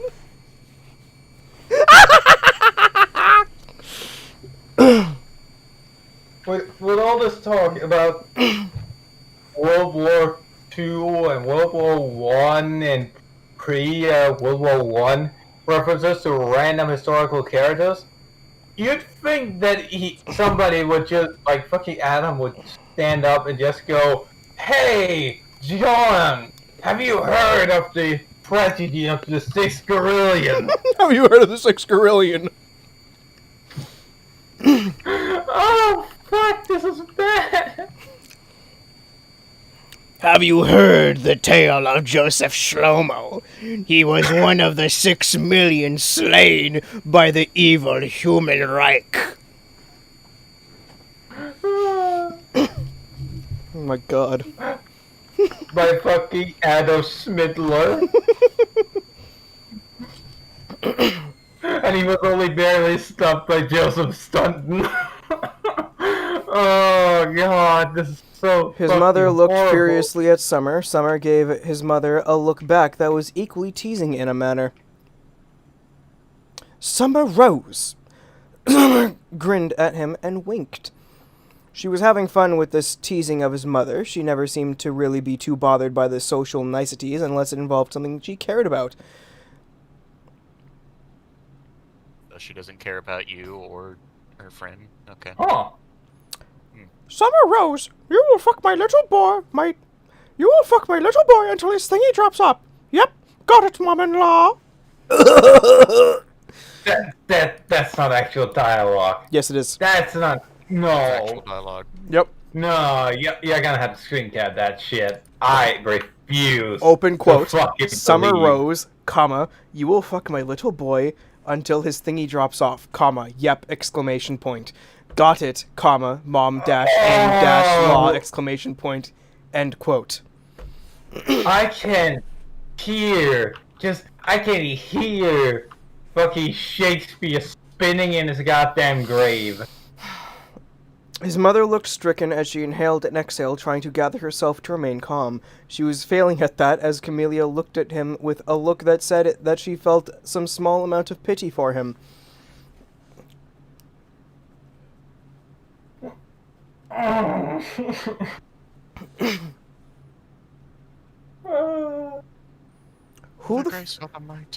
Now, who the fuck says this next part? Quote, the document was the best option that I could see. Jean, I'm sorry you had to see that. Who says that? It doesn't say who says that. Mother looked stricken as she inhaled and exhaled. She's feeling that as Camille looked at him.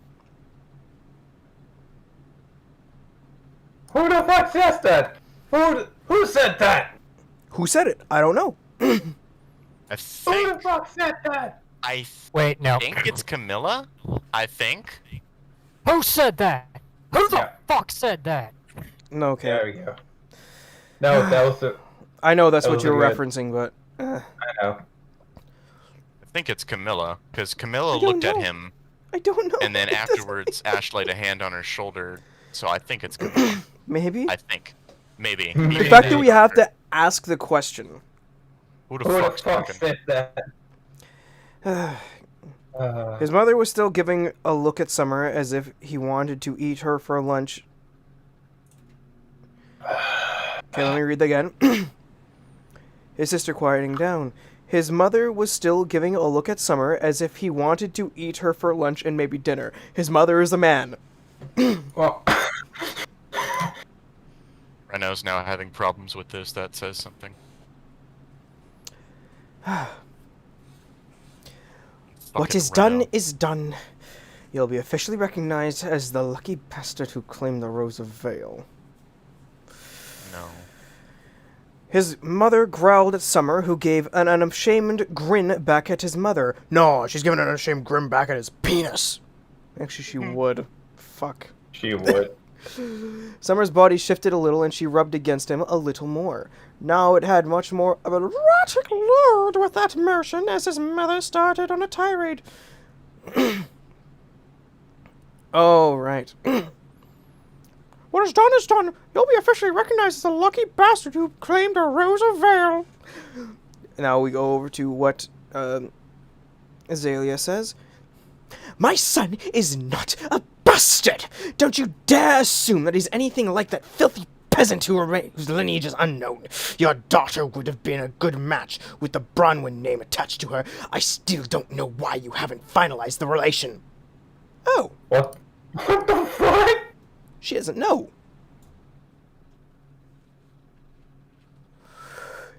He shared a look with Camellia. His sister kept her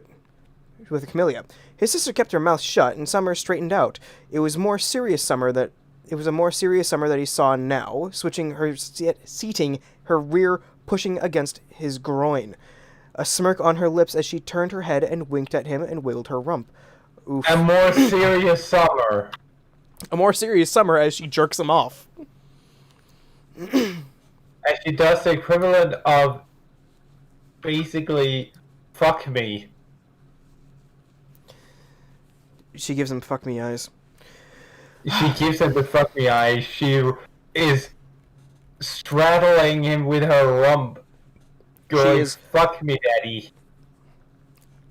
Oh, but no, she's serious now. Oof! Wait. Oof! Oof! Oof! Oof! Ruby is... Ruby is still unannounced to the society. It was the best choice John could have made. Would you rather have him find a wife from the back streets? Mother frowned at that, before she grumbled something under her breath about incorrigible men. Summer grinned, raising her rear a little and then slowly bumping it up and down, a shiver going through it, her body moving with those little quivers that made it feel pleasant. No, if someone must be the lucky lady, it better be you. Your daughter has a proof of humanity, does she not? Summer nodded. His own proof of humanity had been framed in the special archives. The bloodline was guarded there, and there was no way that someone who had no ties to the family could enter. We keep it safe. She does. This does not change anything. If Sean wishes to take another wife, I will not begrudge him for his choice. Ruby will be the third wife, if it comes to that. He supposed that this was for the best. Or we could just kill Fall. I'm good with either option. No, this is not real. This is not real. His mother's face looked annoyed as Summer just smiled roguishly, winking at her mother with that carefree spirit. Yeah, that'll go over well. Lady Rose just assassinates Lady Fall. Summer shouldn't joke about that, even though she looked to be serious about that offer. You just didn't commit treason against someone's house like that. And now, Curry, it's your fucking turn. Holy shit, Courier, I don't know what to say, buddy. You got up to the current chapters with this kind of bullshit writing? Ew, buddy, that's a That's an indictment and a half. Awarded you a singular yikes. The council has awarded you a singular yike. Hold on, everybody be quiet. I want to hear if you can hear this. Hold on. Young women drift around aimlessly in front of the door. The six sisters looking a little lost without their mother there to steer them. Conversation sprung up between several of them, the twins answering in a strict monotone. Can I just have Microsoft Word read No. it? No, you gotta read it yourself, you poor bastard. Yourself, you bastard. I did it myself, you gotta do it yourself too. Okay. It's from Blake's perspective, fantastic. Okay. Oh boy, a perfect match! Wunderbar. Wunderbar. She watched the young woman drift around aimlessly in front of the door, the six sisters looking a little lost without their mother there to steer them. Conversation sprung up between several of them, the twins answering in a strict monotone voice, the crazy one asking all sorts of questions. "Can you get us something to drink, Blake?" the cute Rose girl asked, and Blake nodded. Whatever the master was talking about with his mother and his new fiancée was undoubtedly not a concern for the girl, whose ability to bounce back from such news seemed to be marvelous. Whatever had been said, Whatever had been sad. Yep. Whatever had been sad, great way to start this off. Whatever had been sad during the rapid-fire conversation, she had barely understood. The language had been swift and flowing, not one that she knew. The crocodile faunus had spoken flawlessly. Of course, what fucking accent? I can't. German, we got to do is a German. For Blake? For Blake, yeah, we must be German for her. Gets to Greta Thunberg. Of course, Ruby. There was a small frown on the girl's face before she sighed and dismissed her with a wave of the fingers. Blake had the feeling that she'd just messed up unknowingly. She returned from the kitchens after inquiring with one of the cooks about some refreshments, the faunus woman presenting some iced lemonade, the ice cubes that floated within the liquid interesting her. Also, I'm just going to say, right, I'm only going to bring this up once, because, fuck it. You have faunus cooks in the kitchen, right? And the faunus hate you, and they want to kill you, and they have absolutely no supervision, and you don't have food testers or taste testers. They could have all been killed. Every single one of them could have been killed just through poisoning at this point. Many times over, yep. Yeah. Caesar had skinks for, serfs for everything. Literally testing bass before he dipped in. So you don't even have to have a food or taste tester. Just have someone in the kitchen monitoring them. Just a fucking drone just sitting right behind them. Yeah, I mean, seriously, come on, man. Blake noticed that Saffron Ark, the degenerate scum slime who had ravished her like she was just a toy last night, was giving her a look that she did not like. She preferred the master if she had to come to a partner's bedroom at night. He wasn't all bad, but he was, well, a human. The little kitty brings us something to drink. What'd you say, Lal? I was just about to say, oh, filthy human! Human? The little kitty brings us something to drink. The soft amusement in that voice as bloodshot eyes looked into her own. Saffron's hair was done up in a good fashion, but the red-rimmed eyes were something that brought only the brush of fear over her.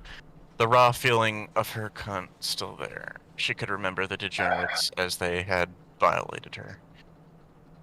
The raw feeling of her cunt still there. No, that's not how you say that. You say like her cunt still ached, or her vagina still ached, or... Don't start. Don't start trying to fix it, okay. Yeah, you just gotta get through. You'll have to endure it. She thought back to the morning, to the feeling of her master taking her. The deer had prevented her from receiving his seed. She had gotten an orgasm thanks to the master. She can't do anything bad to you. A glass was picked up and Blake poured for the woman, the jeweled bracelet around the woman's wrist catching her attention. She hadn't seen it before, but the gemstones set within it were nice to look at. She wondered briefly whether the woman was going to do something more, but Saffron Ark merely smiled at her and caressed her cheek. Juniper Ark looked a little nervous. I won, Junie! Where's my fucking money? Where's my money, bitch? Where's my money, Junie? It's down there somewhere. Put me back in. I'll take another look at it. Albert Ark said in a gibber tone. Juniper Ark looking at her younger sister and sighing deeply. The woman seemed to be thinking about something Blake noticed. The woman's expression darkening for a moment before a smile appeared on her face for her younger sister's benefit. We'll get it together tonight. I still don't know. Do any of you know why he would pick Lady Rose? He said as much, but I don't think. A shrug from Argent, a shake. Go ahead. Oh god, no, that next line. Oh god. A shrug from Argent, a shake of the head from Saffron. Blake watching how Auburn Ark hums softly. The look on the twin sisters' faces turned somewhat more animated as one of their numbers spoke up. MILF power!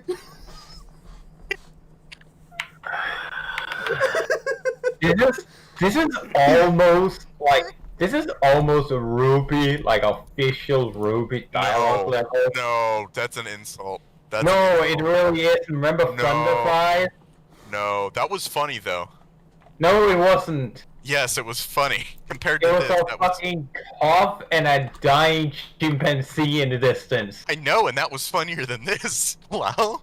It's the same quality of dialogue, whether you found it funny or not. No.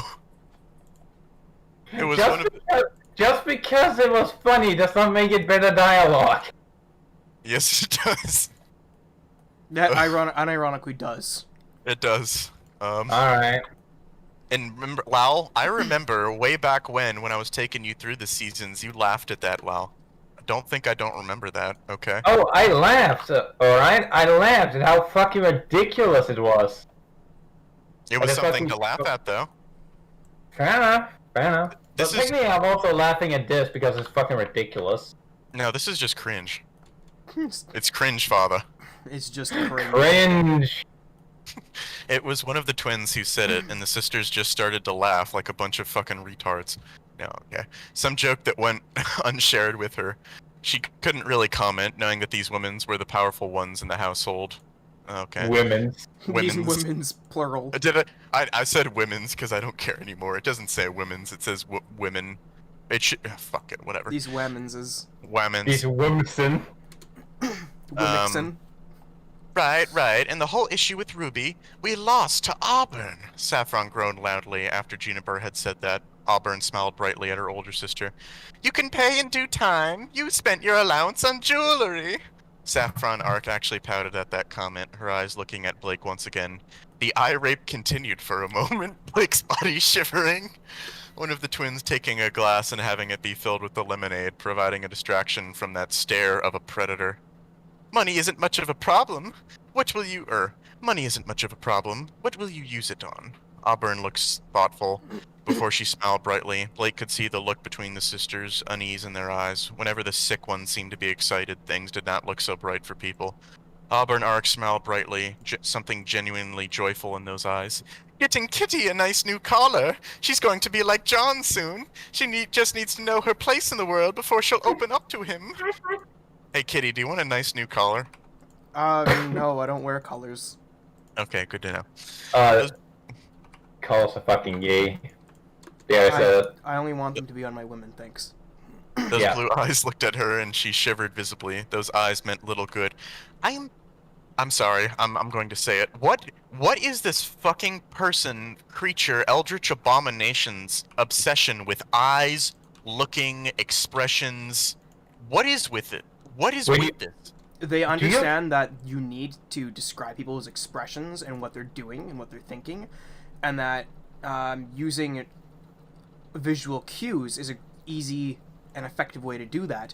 They do not know how to do it well, however. I was gonna say, do you think this guy, girl, Eldritch Abomination. Eldritch Abomination, knows that people are not gonna read this, they're gonna skim it?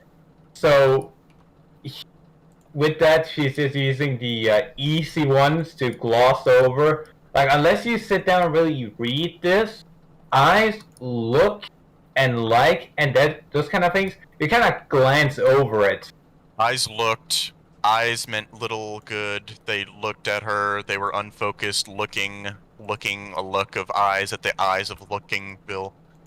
Yeah, those aren't I so swear to bad. God, that motherfucker needs to have a book which just shows him all of the different words that you can use other than look, repeatedly.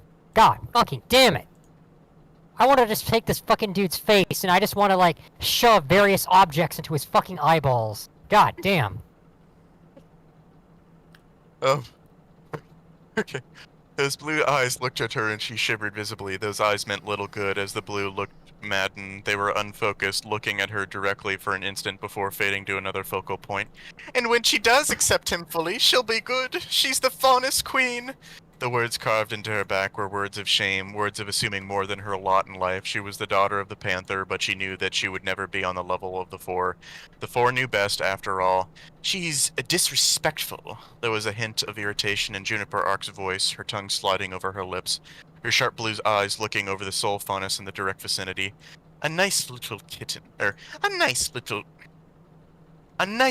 kitten. Entertaining. The homosexual said, the degenerate woman's tongue slithering over her lips. Blake had a flashback to last night, remembering the forced kisses that the woman had bestowed upon her. Not like the other one. Oh, when I get to that one.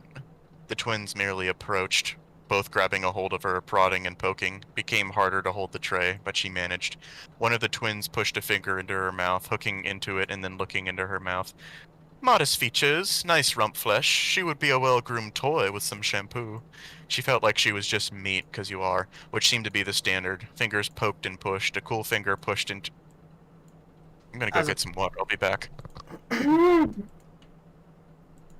So, Kitty, what do you think of this? It's absolute fucking trash. I just wanted to, like, beat the fucking, like, author of this to death with a fucking pool noodle. And when I mean water, of course, I mean a bottle of sake. I'm just gonna drink it straight, because I don't care anymore. Because they're just... Oh, no, you're gonna turn into a drunk in a few moments. It's fine. They're just... It'll work its wonder in exactly, like, 5 minutes. That's what I fear. Anyway, continue. Yeah. Okay. Right. A cool finger pushed into her abused sex, and she whimpered, because you just fucking, I don't know, molest people in front of all your family members. That's what you do. That's what it does, to be honest. Yeah. The women were looking at her, the arcs almost predatory, whilst the innocent Rose girl seemed to be amused. Amused, yeah. Decent buy, Saffron. We should go for the auction in a few days if Father approves. The degenerate homosexual smirked, giving a slow nod to her older sister, looking into the sick eyes of the homosexual as Saffron's... Can we have that as a quote? Looking into the sick eyes of the homosexual. The sick eyes of the homosexual. sick eyes of the homosexual. Okay, sorry. Now she's basically like, no wonder why Hortler wanted to wipe them all out. Lyle, I'm sorry, okay? I'm not the one writing this, right? I know, I'm just thinking, if you took this out of context, it would be the most sexist, racist thing that ever put to digital paper. No, not even out of context. In context, it's still the most whatever. It's still fucking abhorrent in context. Yeah, in context, it's abhorrent too. At least out of context, you can go, that's funny. They wouldn't actually. That's not the entire sentence. And then in context, it's just fucking sadness. Wait, boy, Courier. We got another. You looked up cyanide sins, right? Is cyanide sins like one of those like fucking LGBTQ plus whatever fucking male feminist or whatever the fuck they are? Because if it is, that makes this even better. I secretly think they are, and the reason I say that is because yes, they throw in all this. Bloodlines. Yeah, they throw in all this bullshit or whatever, but later plot lines, both in this and all their other stories, make me believe that because they're always having some weird homosexual character or girls just fucking each other out of nowhere, and it's just really odd. There's also the persecution fetish. The persecution fetish. There you go. Anyway. Goddamn, that is some good sake. Finally found a brand I liked. As Saffron's lips twitched into what must be one of the most sadistic smiles she'd ever seen. Not that humans could ever smile anything different than... What is that sentence? It doesn't work. Not that humans could ever smile anything different than faunus raping sadistic, of course. That's a That's not a sentence that works. I think he had a stroke when he was. I think whoever wrote that had a stroke when they were writing it. I was gonna say not that humans could ever smile at faunus with anything other than a raping sadistic look, of course, or smile, of course. Fuck, I can't. That's so stupid. I can't even fix that. They were humans. Does your owner's cock please you, kitten? Blake's eyes looked into the eyes of the woman before she hissed back. The woman was asking too much. Yet the coolness in those eyes did not change as Saffron's fingers grabbed a hold of the choker. I asked, does my brother's cock please you, little kitten? She gave a slow nod. He was all right. He wasn't a faunus. He wasn't someone who could bring her to that enjoyable peak, but he was present. He was good enough. His dick works. It's enough. Yeah, his seed had not touched her again. The deer had prevented that, and she had been marked by his essence. That's a good kitty. See, a firm hand is good for the little mongrels. With Tara, I had to make sure that she kept to her spot.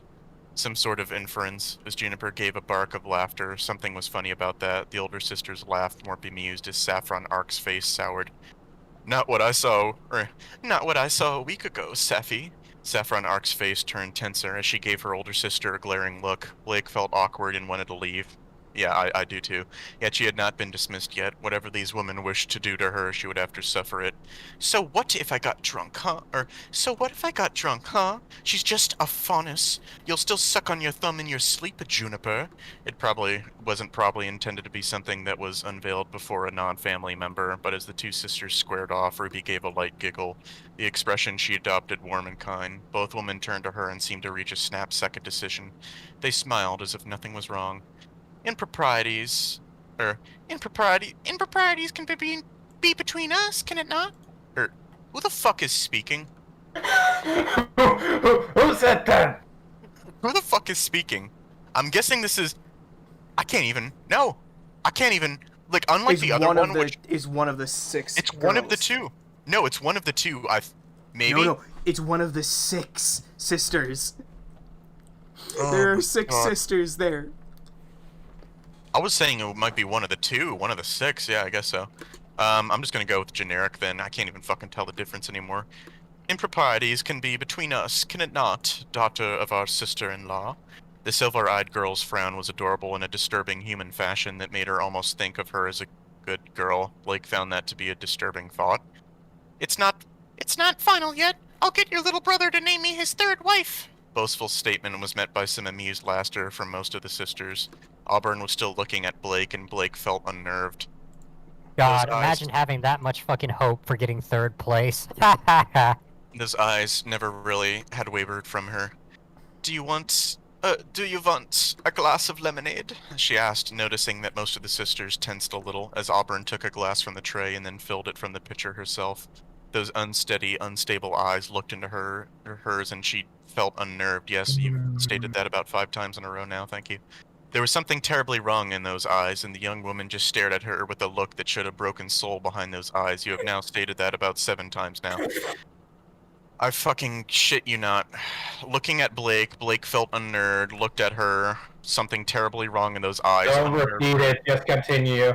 Fine. You'll be a good toy, a good little pet. Yes, yes, you will make him happy. You'll like him and love him as a faunish should.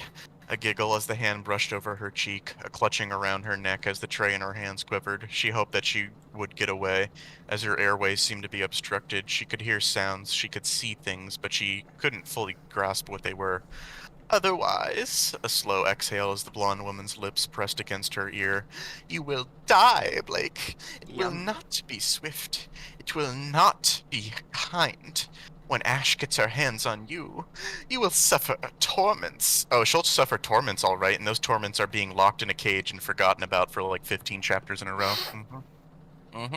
I mean, to be honest, if I was in this fanfiction, I'd probably want to be forgotten for 15 chapters too. So, dude, being left alone from this fucking rape fantasy would be a blessing. Yeah, being left alone. I'd rather sit in a cage in my own piss and shit than deal with this shit. Holy God. Okay. I'd rather be a serf at 40k than be stuck in this hellhole. I would fucking rather do anything.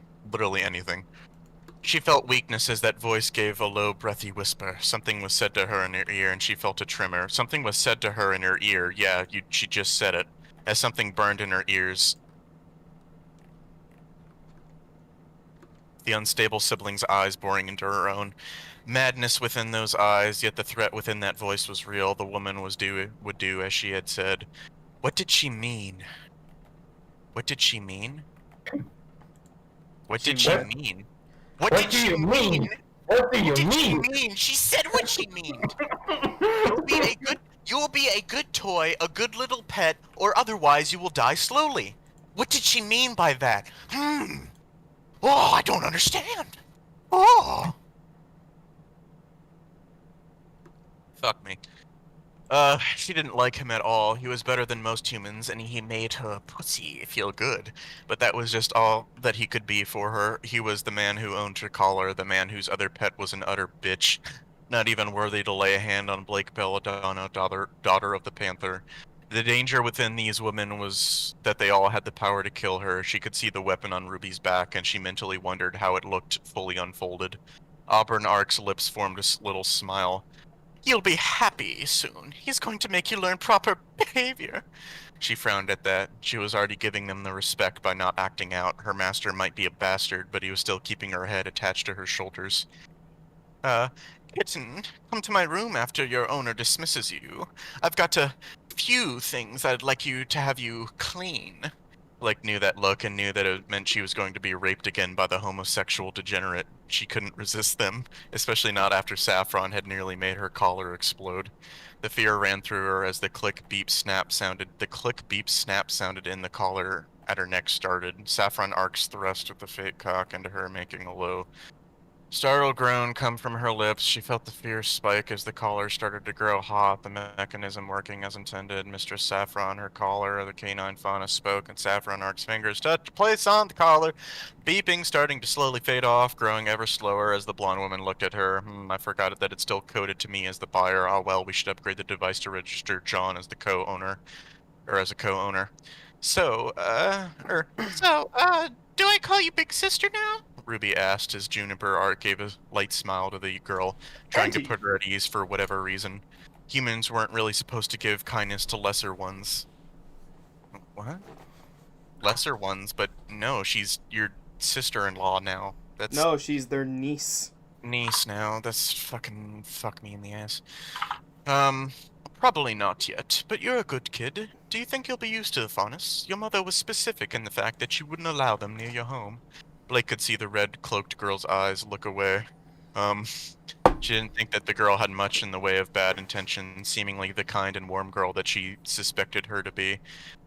They weren't allowed because Mom sometimes goes for their throat. She's a specialist in hunting down faunus, so it isn't that bad. The girl was very cavalier about it, Blake noticed, watching the byplay of the other arcs around her before the door opened and Ruby Rose's mother emerged. Also, why would you just go for faunus throats? I mean, throats in general, kind of, you can kill people with it. Is it the faunus traits? Because we've already established that some faunus don't even have traits that are visible. Oh, fuck it. The woman looked at her with a look that seemed to promise something to be done to her. I swear to God, I'm going to go back to chapter 1, and every single time we hear the specific sentence, looked at her with a look, I'm going to note it down. I fucking swear to Christ. A dark and gloomy look, a motion with the hand given. Dark and gloomy look? Oh shit, we might even get a different sentence next time when he wants to say she looked at him. Maybe she gazed upon his manly form, his manly musk. Whoa, His whoa, thick, whoa, whoa, hefty Lau. manhood. Whoa, Lau, you're getting out of control there with your I know, I'm getting a bit radical here. A little radical with your literature. Not using the word look 47 times, wow. A motion with the hand given. Ruby, say your goodbyes to John. I will inspect the second pet of his before we leave. Blake could see that Ruby was not hesitant in the slightest, hugging John with a hug. Fuck, now it's becoming other words now. It's not just look at her with a look, now it's hugging John with a hug. I fucking just... She has to hug him with a hug, okay? She can't hug him with a... John with her lady cock. I mean, I guess we just have to keep in mind the fact that he's getting paid by the 1,000 words, so it makes sense that he's repeating himself. Oh my god, this is some good sake. Oh, no, Lau. No, Lau. Lau, listen to me, Lau, right? Once, a long time ago, when I went undercover, right, and I fucking messaged this Eldritch Abomination because I wanted more information, and I asked about this specifically, and he said, yes, it did start out as a commission, but then the commissioner person or whatever, like, went into the hospital or whatever, and the person, the Eldritch Abomination, just wanted something to work on. Mm-hmm. This isn't even a commission anymore, Lal. So... this is now something the author is actively, like, has a passion for or wants to write. Alright, so first off, you went fucking payday style, messed up, snuck into a DM with this fucking guy, and asked him, alright, so is this still like a commission thing, or... and he's like, yeah, no, I just do this because it's fun, or I thought it was interesting. Pretty much, yeah. Holy shit!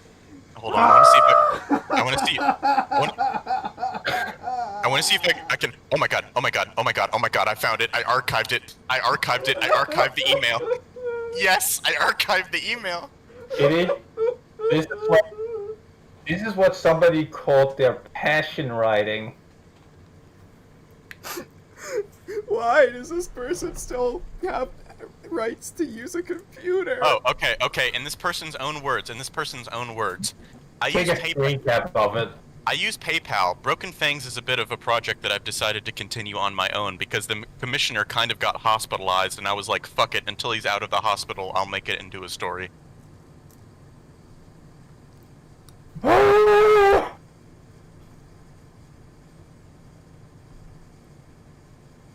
The fucking video I posted with timestamps, that's my face right now. It's just just this. Well, I was gonna say I asked two really important questions, and then the third question or whatever was just fucking non-consequential. Jesus Christ, inconsequential. That was the first question I asked. The second question I asked was if he ever gets tired of writing shit for Ruby because every single one of his stories have to fucking do with Ruby. And in his words, nope, not tired at all. I like the universe, even if the canon is really awkward, which is one way of saying garbage. That's a very interesting way of saying fucking garbage. Yeah. Even if the can's a little awkward. What do you mean? What do you mean? What do you mean? Hold on, let me see if I can get a fucking screenshot of it. Yeah, hold on. Hold on.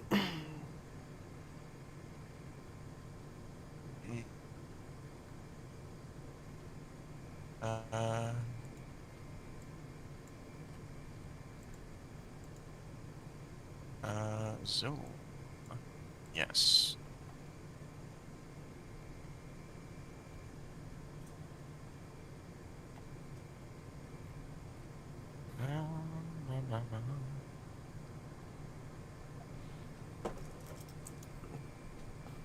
Ah, fuck it, whatever, I'll do it later. I'll get you the screenshot later. Fuck it. Right. Blake wondered briefly whether she would ever grow to love her owner or the enslavement, doubting it. He was alright for a human, and his cock was modest, but her co-pet was just a bitch. Jesus Christ, imagine being a fucking slave and thinking, ah yes, at least his cock's nice. At least his dick is big. Well, to be fair, she'd rather get... I was just going to say that, my god. The story Go on. The story has devolved me to that. I was gonna say, at least she wants to get raped by a guy instead of a girl. I mean, at this point, if that's all she's been, is getting raped by women. So yeah, I kind of get your point.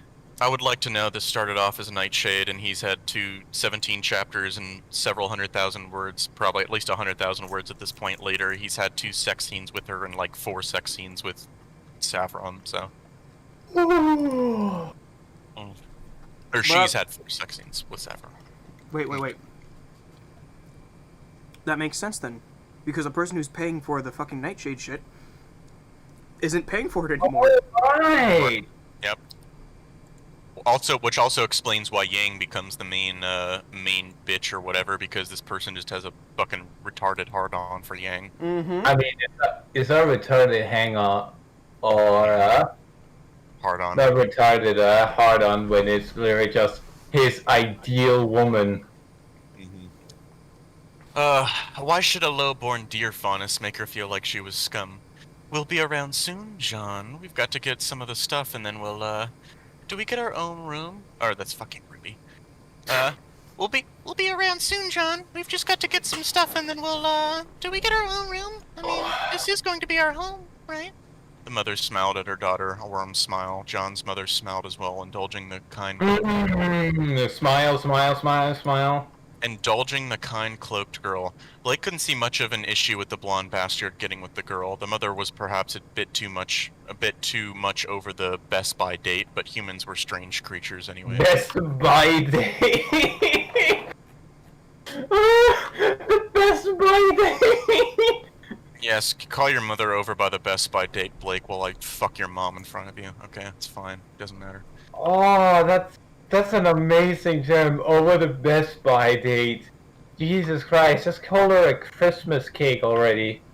She's like fucking, what, 34? 35, maybe. Hey, still technically fertile. I know, yeah. Women still are until they're like, what, 40s? Mid-40s, I think? Around 42. Although after, I think, is it 35 or 36 when you risk for, like, genetic stuff starts going, what? It's like post-30 that you have a higher, like, much higher risk. Yeah, something like that. Explains me, anyway. Yes, some rooms are... I give up on trying to figure out who is saying this anymore. I think this is John, maybe. Yes, some rooms are set aside for family members that will join our family. The woman's gaze rested on Blake for a moment, a frown on her... No, that was John's mom, maybe? I don't fucking know. I don't care anymore.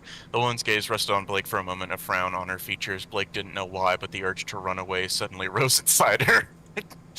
Those eyes were colder than any Ark's eyes that she'd ever seen before. You're the mongrel...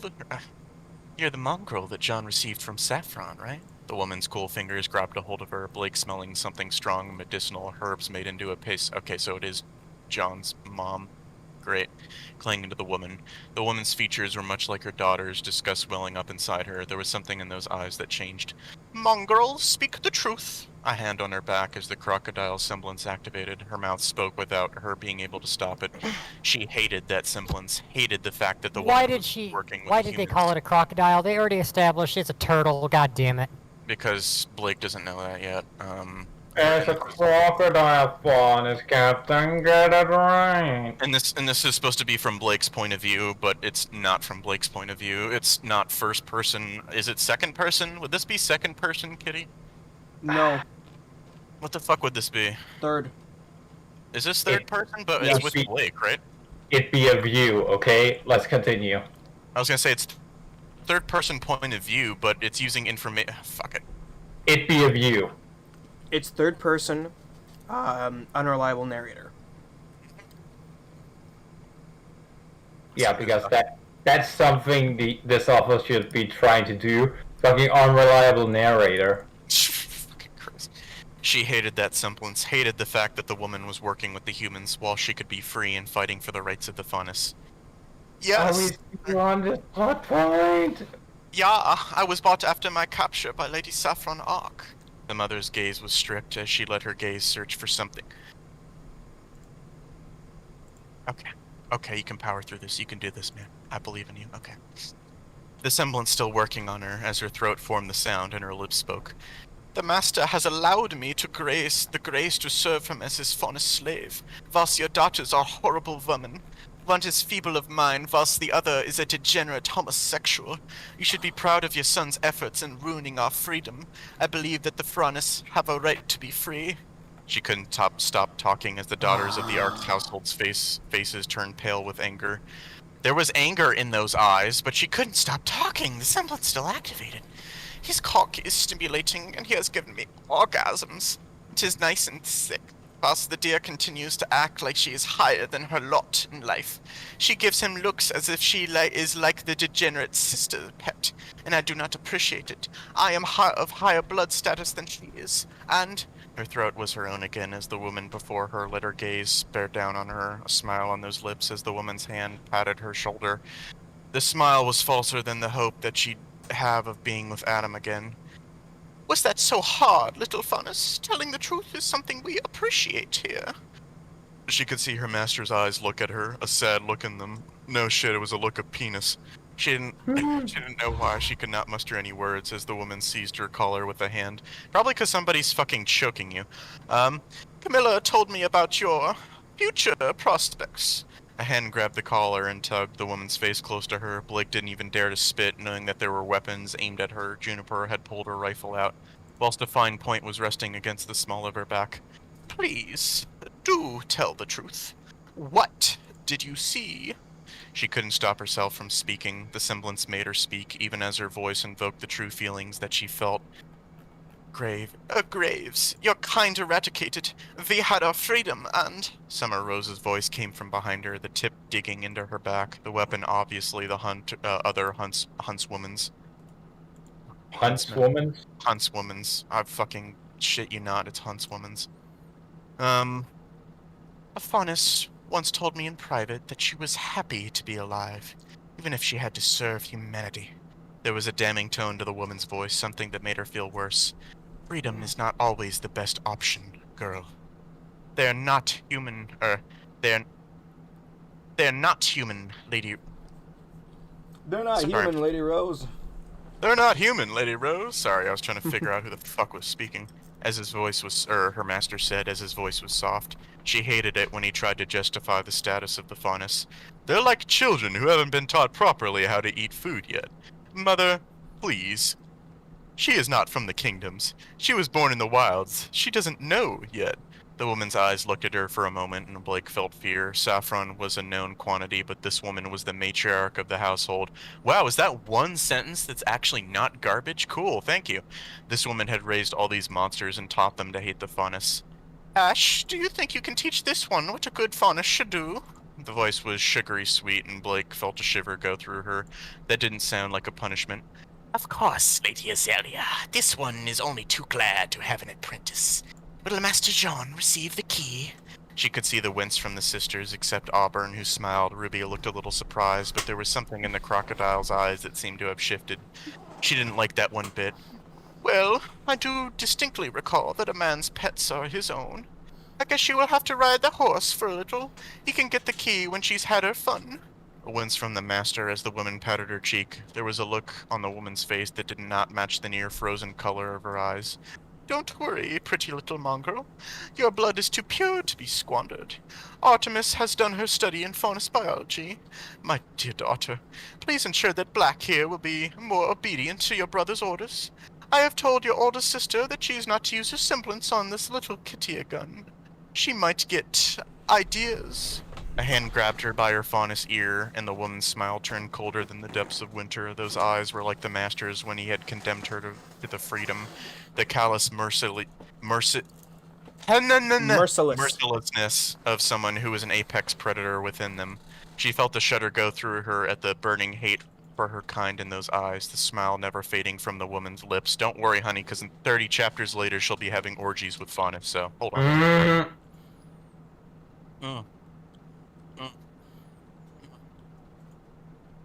Oh god, this is good sake. You sound like you're dying. I am, in many ways. I guess death would be too kind for you, little kitten. That would be giving you what you want. But don't worry. A light pat to her cheek and another hand grabbed her in the scruff of her neck, the semblance forcing her to speak the truth again. The woman merely beheld her with those cold eyes. Your blonde pet has primary status now. This one needs re-education. Artemis, Helena, do ensure that it is treated properly. Punishment for a day. Afterwards, she will be trained by your father's majordomo. This is final, Jean. I will not have a mongrel shame us by referring to your sisters as degenerates. Her owner nodded, his expression showing some. I'm putting way too much effort into this. I was going to say I'm putting way too much effort into this. Her owner nodded, his expression showing something that might be pity. She didn't like that very much because that just gave her the feeling that something bad was going to happen. They won't hurt you too much, Blake, right? His twin sisters looked at him and one of them shrugged. Blake didn't know which one was which. She's got spirit. We'll see whether she changes her tune a little after a day on the horse. Argent, we'll need your drugs. Her master's eyes seemed to convey some relief as the mother smiled a little kinder. Fetch the drugs. Touch the drugs, do it now. At the daughter she'd birthed. A dismissive tap to her nose jolted Blake a little as the eyes captured her. Tell us what you think of your future, cat. She spoke, her back straightening a little. She felt the prick of something sharp press against her back as the weapon of the woman whose name was Summer Rose pushed against her skin. I will serve the master until I can ensure that faunus equality will be reached. He's just been educated wrongly by monsters like you, who do not see that he is our best bet for freedom from the chains. A chilling grasp around her heart as the weapons were stowed. The woman looked at her with looks that were not kind. She felt a little awkward as the matriarch stepped away. She was turned around by the old crocodile woman whose aged face was almost amused. She didn't think she'd like that much. Adam had looked amused like this as well when he had condemned humans to death. Captain, you listening? I'm trying not to. I'm not having you just ignore this. You must fucking listen. Yes. Because you claim to have sat through this bullshit. I know, I read it myself, but I didn't read it out loud. It was easier to get through that way. Yeah, because you're fucking skimming it. You need to read it out loud. Yes, I skimmed it as well. God damn it, lol. I will dig my thumbs into your eyes for this later. It'll be fucking worth it if you listen to the shit you thought that, yeah, this is acceptable. To be fair, Lal Cap never thought this was acceptable, even when I talked to him, so he gets a pass on that. Okay. This is not acceptable. I would throw this person in fucking prison for writing shit like this, because this implies that they do a lot of nasty things to animals and probably children. Yes, you told me that, Cap, when I first linked you this, so, yeah. This bonus will educate her well, Mistress Cecilia. Her master patted her on the back, offering her some measure of comfort. He felt warm, and she suddenly felt very tired. Her eyes caught sight of one of the twins touching her eyes slowly shipping shut. It must be hard to ensure that this one is housebroken, but we can at least test her resilience. Someone spoke, but she drifted away into the land of dreams. Okay, now we're switching over to Yang. Yeah. Oh no! Hey, just be glad it's not next chapter. Kitty's going to kill himself next chapter, and it's going to be. Just say it is a very long, detailed sex scene between Jean and Yang. No. Very long, very detailed. I don't know, Kitty. What's worse, this, or do you think the Yang sex scene is gonna be worse? I don't know. Do you want to put words into which you think is gonna be worse? Probably this. Probably this, because the Yang sex scene I can just turn my brain off in the middle of. How come you can't turn your brain off with this then? Because too much shit is changing.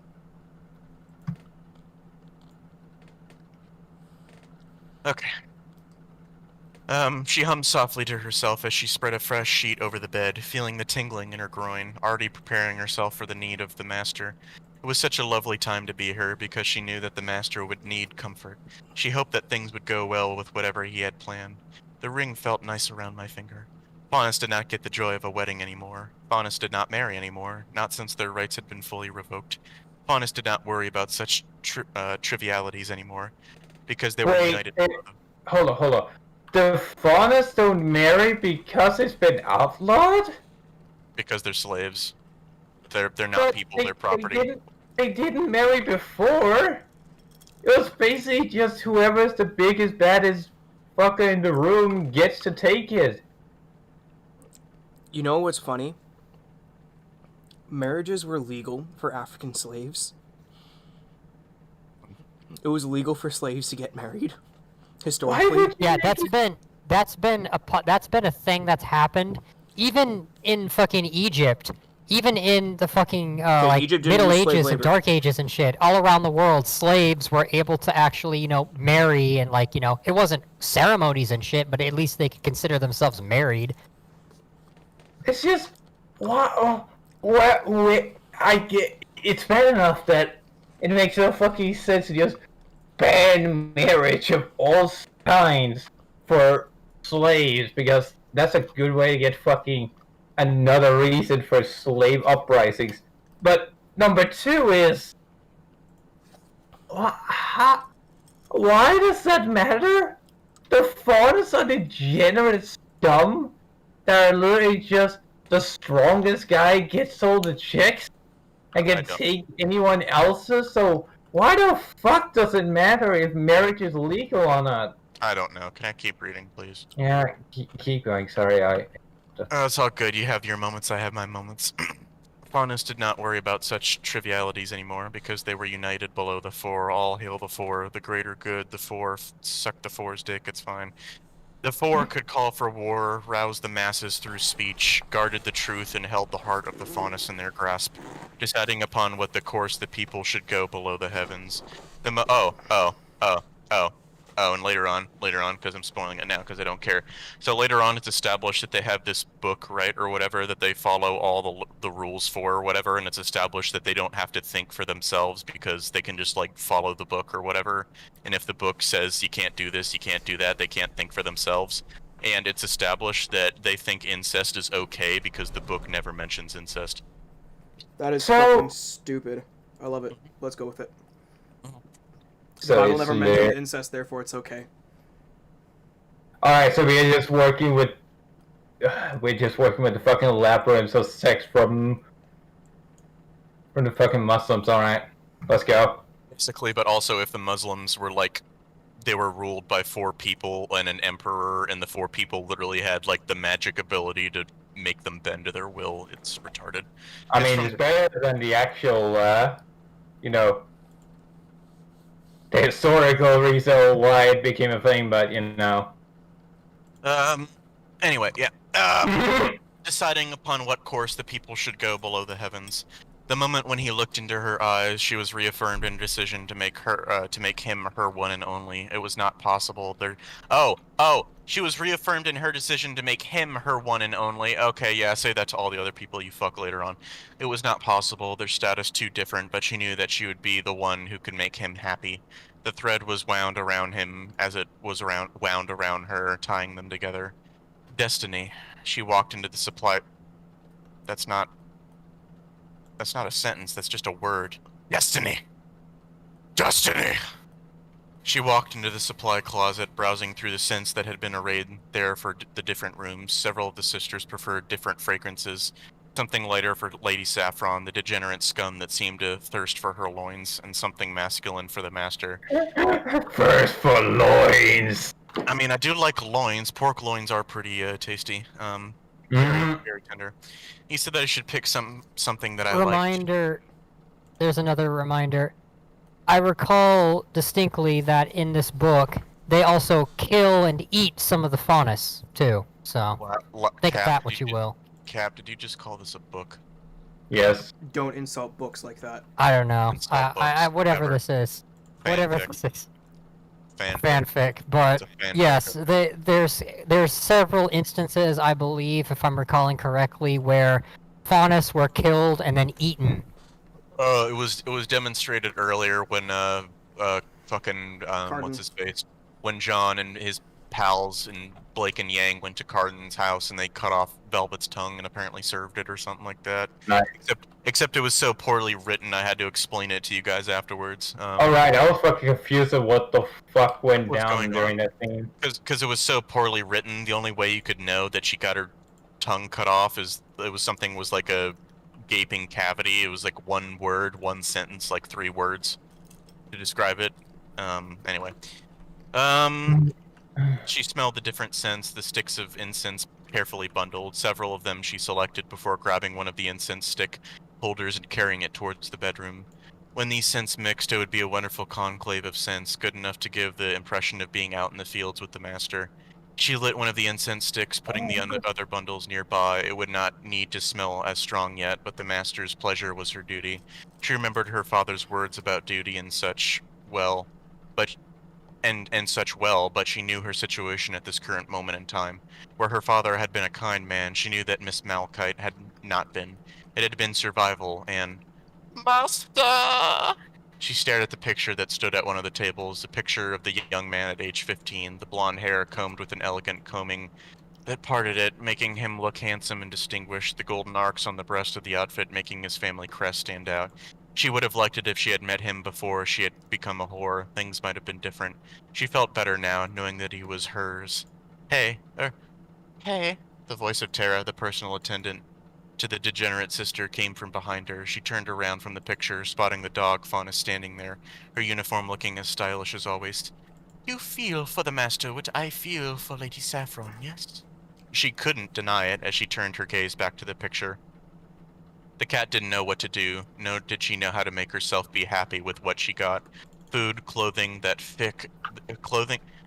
Wow, okay, I had a stroke. Fake clothing. I know, I was gonna say, I thought it was gonna be food, clothing, and a dick that fit. So... it's a little, it's almost as worst. It's food, clothing that fit, and a dick that made her come. There you go. Not standing on a corner in the cold and the heat, hoping that she would get the lien for her services instead of a beating, to never sleep a peaceful night out of the fear that someone would take liberties with one of the slaves. That's another thing. Why would you ever pay a whore or whatever for, like, sex or whatever if it's a faunus and you can literally just do whatever to her? Take them. Yeah. I'm just imagining some random dude just walking up to a faunus, just looks at us like, and she just looks at him, just like, can I help you? He just lifts her up and takes her home. Like, that's what they can, apparently. She had felt safe with her father, and now she felt safe with her master. Take what you will of that sentence. The crocodile faunus thinks fucking Yang, I'm not gonna even give Yang a fucking accent. The crocodile faunus thinks of me as too low status for him. She would prefer the cat. She was not going to let the cat ruin her master, a sigh coming from the other woman who joined her at her side. It would be hard to fight against the pedigree of a descendant of the panther. Though he betrayed our kind, he also prevented our extinction. She would not fight. She would fight against Blake if she had to. If that cat dared to take what was hers, she would tear the cat asunder within a heartbeat's length. She did not get things taken from her when she had finally found something that she could love. Love is something special, Yang. It makes us willing to look past the masks that we wear. Your mother was like that too. I sometimes think she's still out there. Here, keep this with you at all times. If it gets lost, well, go to... Her father's voice spoke calmly, even as she had laid there, the black lung fever starting to tear through his system again. She hadn't got the money for a cure, nor had there really been an option. She was a whore after that when her father had died. Her body had no longer been her own. Lady Ash did not approve of me at first. She has old standards for propriety. To become her assistant is a punishment. The other woman gave a soft sigh as Yang spotted a look in her eyes, a look of pity and of worry, one which made Yang feel a dash of sympathy. The old woman was someone who seemed to be really firm with her discipline, but the woman loved her master too, in her own. What's so bad about becoming an assistant to the old crone, eh? The other Faunus looked scandalized. Yang didn't see the big issue. The old biddy was a crone, no matter how you turned and twisted it. That she had her aura was a thing, indeed. She has this cane that she will beat you with if you do not meet her standards. There were many beatings, Tara mumbled, looking a little dissatisfied. She did not like me mangling my ears, but for the master. A blush on the other woman's cheeks as the other Faunus looked away. Yang could understand. She would amputate her horns if he wished it. They might grow back, though, but she would treat them with a flame if she had to. For the master, it was worth it to get rid of those unsightly things. For Mistress Saffron... Tara did not finish her sentence as Lady Juniper entered. The huntress looked at the two of them, pointing at Yang, the blonde woman's fingers aimed right at her torso as if it were to fire a dart or something. You are now the primary pet to my little brother. The little kitten will serve as Ash's understudy as well as being sat on the horse for a day. Mother has deemed her fit for service. Tara I'm having a stroke right now, I apologize. Tara stiffened a little, Juniper's hand grabbing the canine Faunus by the scruff of her clothes. The dog Faunus whimpered softly as she was pulled away and pushed towards the door, the blonde's sharp eyes never quite leaving Yang's. If it was you, little dear, the woman gave a smirk full of bemused interest. It was perhaps the closest thing to civility that she'd get from a human that was not her master. I would make an objection. I hope that Lady Rose approves of you, being his fiancé and all that.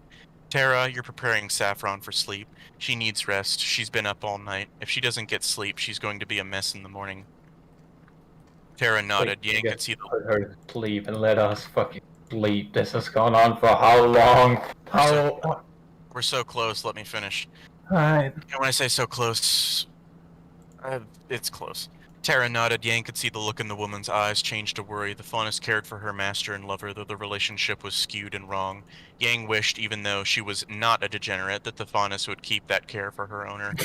Lady Juniper, Mistress Saffron has been feeling stressed. Is it possible that I may use some of the sleeping aids for her to finally get some rest? Oh yes, just trust a Faunus to give your sister sleeping pills. That's a great idea. You guys are fucking geniuses. Got your feet. Yeah. I'm going to make a list of every single time a Faunus could have killed everybody in this family, and it'll be a mile long. It's almost as bad as trusting Dark Elder with your family. Yeah. Looking at you on that one, Kitty. Like, god damn it. Oh, I fucking skipped over that. Right. The woman thought about it before she nodded. A hand reached into her uniform and she pulled out a package and tossed it towards Yang with an off-handed motion. Yang caught it in a single hand.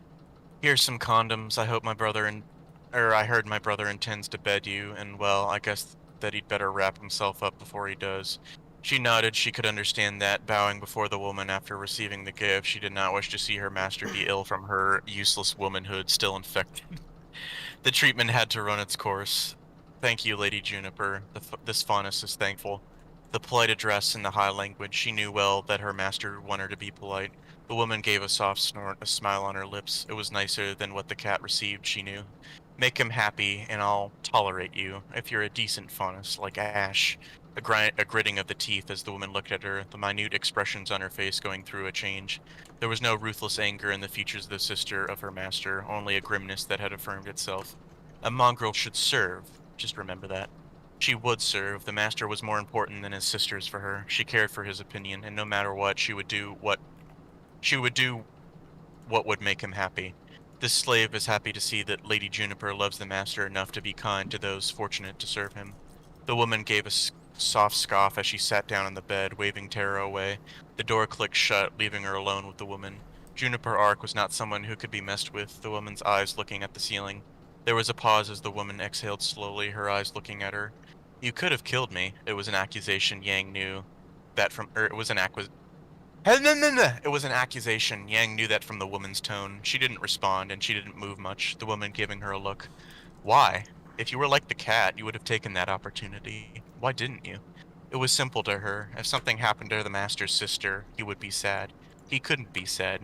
And she'd rather hurt herself than to make him feel the sadness. Family was important. You're the master's sister. He loves you. I am just a lowly faunus slave. My blood can be spilled easily but with a word, but that of yours is precious. The woman got up, her knees pulled up to her chest, moody eyes looking at her.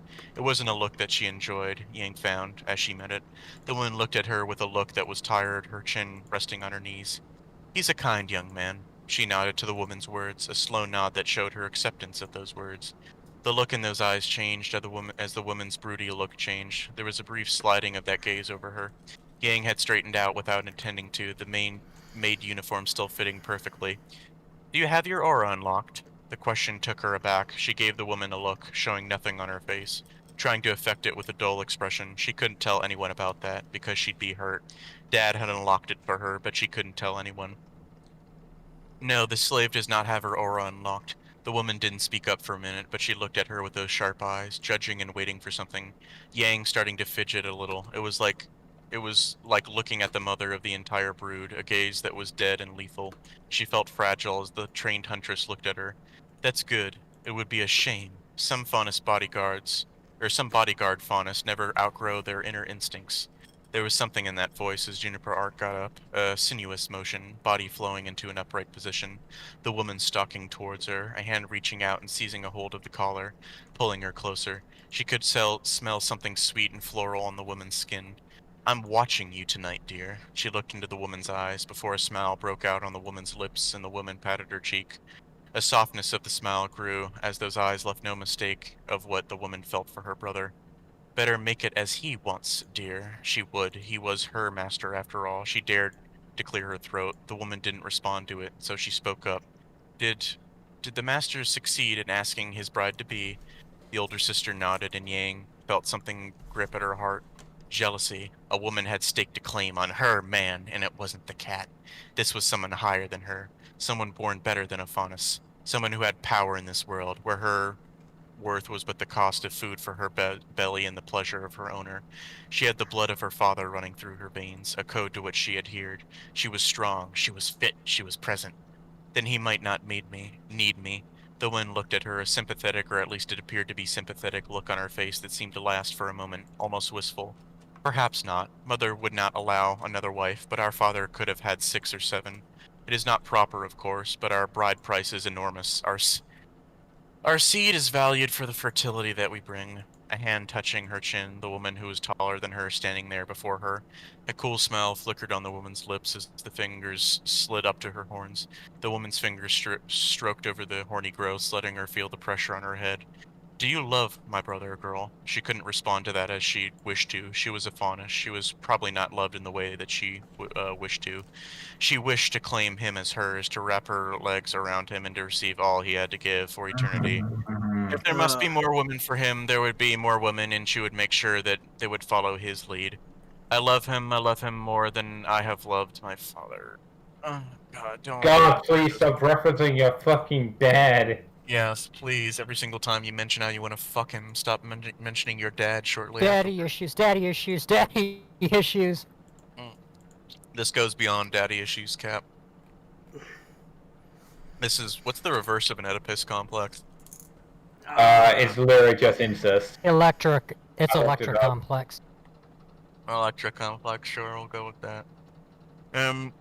It was a funny thing as she watched the woman's eyes peer into hers for a while. No answer forthcoming from her lips. Juniper looked at her face for the longest of times, and then she smiled softly. It was not a smile that should be given to a faunus, she knew. I see. He's lucky with a slave like you. Keep yourself devoted to him, Yang.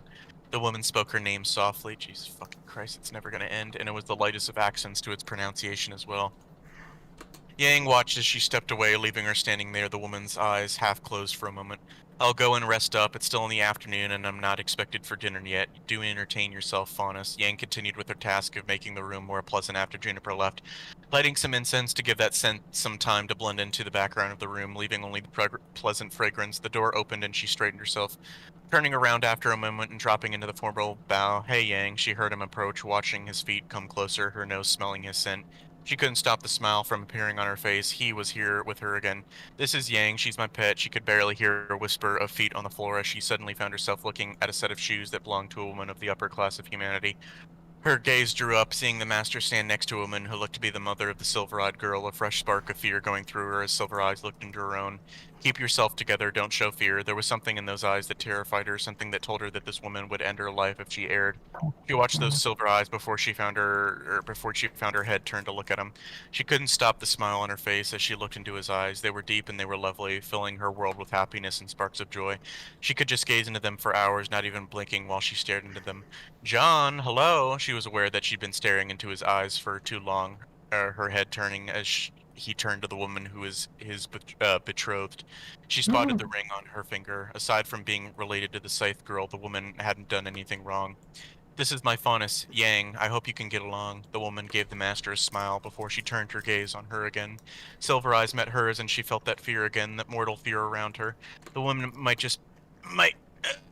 the woman just might be like her daughter, but she would go for the kill rather than the threat. Do you think you could go get Ruby, or do you think you could go to Ruby for a moment and give her... The woman produced something from inside her cloak, an emblem that she saw signified an elite huntsman, a rose crest worked into the metal.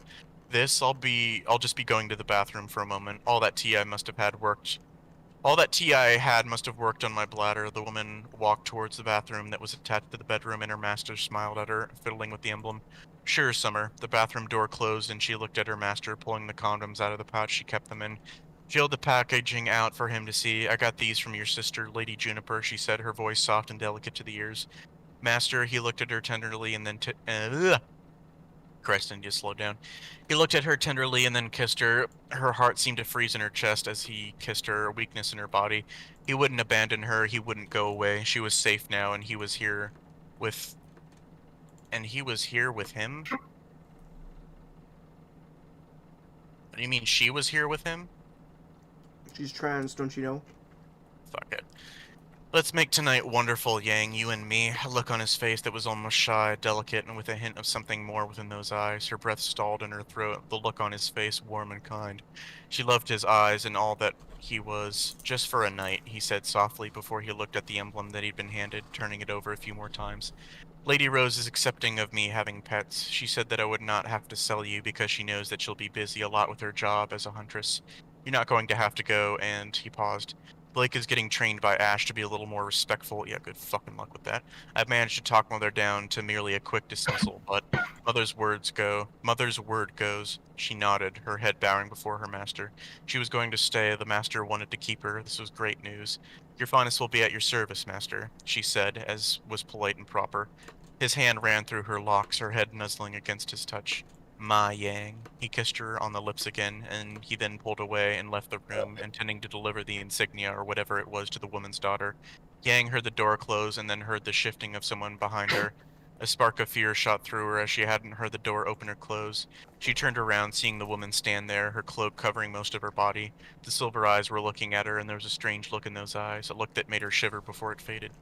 Sit down on the bed, Yang. She heard her name be spoken, and she obeyed without question. The woman sat down behind her, starting to run her hands through her hair, combing through the locks slowly. What did you do before John bought your collar, Yang? For some reason, she couldn't help but feel something inside her swell as she exhaled. The woman was asking personal questions, but what did a slave have to say against someone who would be their master's spouse soon? I was a prostitute, Lady Rose. She guessed that this woman was Lady Rose. The hands stopped their stroking and combing through her hair. I ran into him on the streets a few days ago and offered him my services. He took me, and I have been here as his pet ever since, for 3 days. A soft hum, the starting tune to something that sounded oddly familiar. She had heard it before, her father having hummed it at times, a march of some sort, something that he hummed when he thought of her mother. Obviously you do too now. Are you happy? An odd question. Humans did not care for the happiness of the faunus under their yoke, nor did they care for the lives of the faunus. She was replaceable, even though her father had told her to find love within someone. Dad probably didn't think that I'd love a human, though.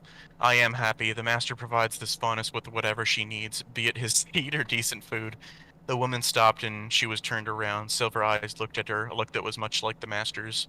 Care and something else in those eyes, as if the woman was seeing her as something more like herself. Why didn't your father use the letter I gave him? You could have had a home with me and my daughter. She blinked as she tried to remember. Her father had said something about it, but it was all foggy. It had been such a while since she had remembered about the time that they'd come to Vale. They rejected it? Why did they reject it? It was rejected, I think. Dad said that it was just right, that he'd earned that, at least for what he'd done. The woman's features softened as a rueful look appeared on her face. She sighed deeply as she showed a look of tired depression on her face. Figures, the woman sighed. How do you show a sign of tired depression on know. a face in the middle of a conversation? Oh, Lal, you want to see a look of tired depression? I can take a photo of my own face right now. I'm just imagining your face. Do it. I want to see the look of death on your face. Yeah. Figures, the woman sighed as her eyes looked at her, and she produced a picture from within a pocket. It was weathered and a little tattered, but it looked to be in good condition still. Dad looks young. 4 people stood there, 2 cocky-looking men, one with a faunus trait and another without. A woman that looked stern and stoic with a katana-like weapon, and the woman who had produced the picture herself. This is my team. How is that pronounced in the show? Striker. Well, Strike? Strong? Striker. Strong. Is it Strong? It's pronounced Strong. Strong, okay. This is my team, Team Strong. It has been years, I suppose, but the woman's face looked at her and she gave a sad smile. Her fingers brushing over Yang's hair, running between the horns. It was a soft and familiar touch, as if she had been before. I'm your godmother. I held you when you were only freshly born into this world. This is your mother. Her name is Raven Branwyn, and she was my best friend before. A look on the woman's face, a dark shadow that came to it. Came to her. God. We're so close. There was something. Oh, wait, done yet? Jesus Christ! There was something in those eyes that was like a shadow over the sun as the woman gave a deep sigh. Her voice was heavy as she spoke. Yang, if you want to be free, I can arrange that. You can be a freed faunus. I can bestow you a small plot of land, a small house. They won't stop me. She looked at her godmother, she supposed. It was strange, but there was something in those eyes that told her that she could trust this woman. I love my master. Without him, I do not want to live anywhere. The woman gave a sad smile as she brushed her fingers through Yang's hair again, a bitter expression on her face as the woman made a deep sound in the back of her throat. Just like your father, unafraid to tell your mother that he wasn't leaving her, broken when she left. The woman smiled softly and then kissed her forehead. It was like what a mother would do to her child, and it felt warm and comfortable as the woman spoke softly. Does your documentation show that you are a herbivore, Yang? I know your father was a lizard. The tail sort of gave it away, honestly. Oh, and you can just call me Summer. Lady Rose isn't... Well, do call me Lady Rose when around others, but in private you can just call me Summer. She nodded softly. She wouldn't trust this woman fully, though her instincts told her that this woman could be trusted. There was just a hint of something, though her father had probably told Lady Rose that he was a lizard faunus. Her grandfather's claws had looked rather chicken-like, which was not very usual for the most. I'm just giving up. I'm not even gonna start trying to figure out the fucking family tree here in faunus terms. Which was not very usual for most. It must have made it annoying to hold a set of diningware. Good. Your grandfather died so that your father could live, or so he told me. Something about the war. I hadn't known that there were chicken faunus around before your dad showed me a picture of himself with your grandfather. She had heard the story before, and she knew that her father had not spoken much of her grandfather. The picture she had burned because her father had said that it was important to burn all traces. He had been a noble man, even though he had sacrificed himself for her father's safety. I remember his teachings. I will honor the debt. I am his daughter. It was important that she did. The honor of her family would not be besmirched by raining upon a debt.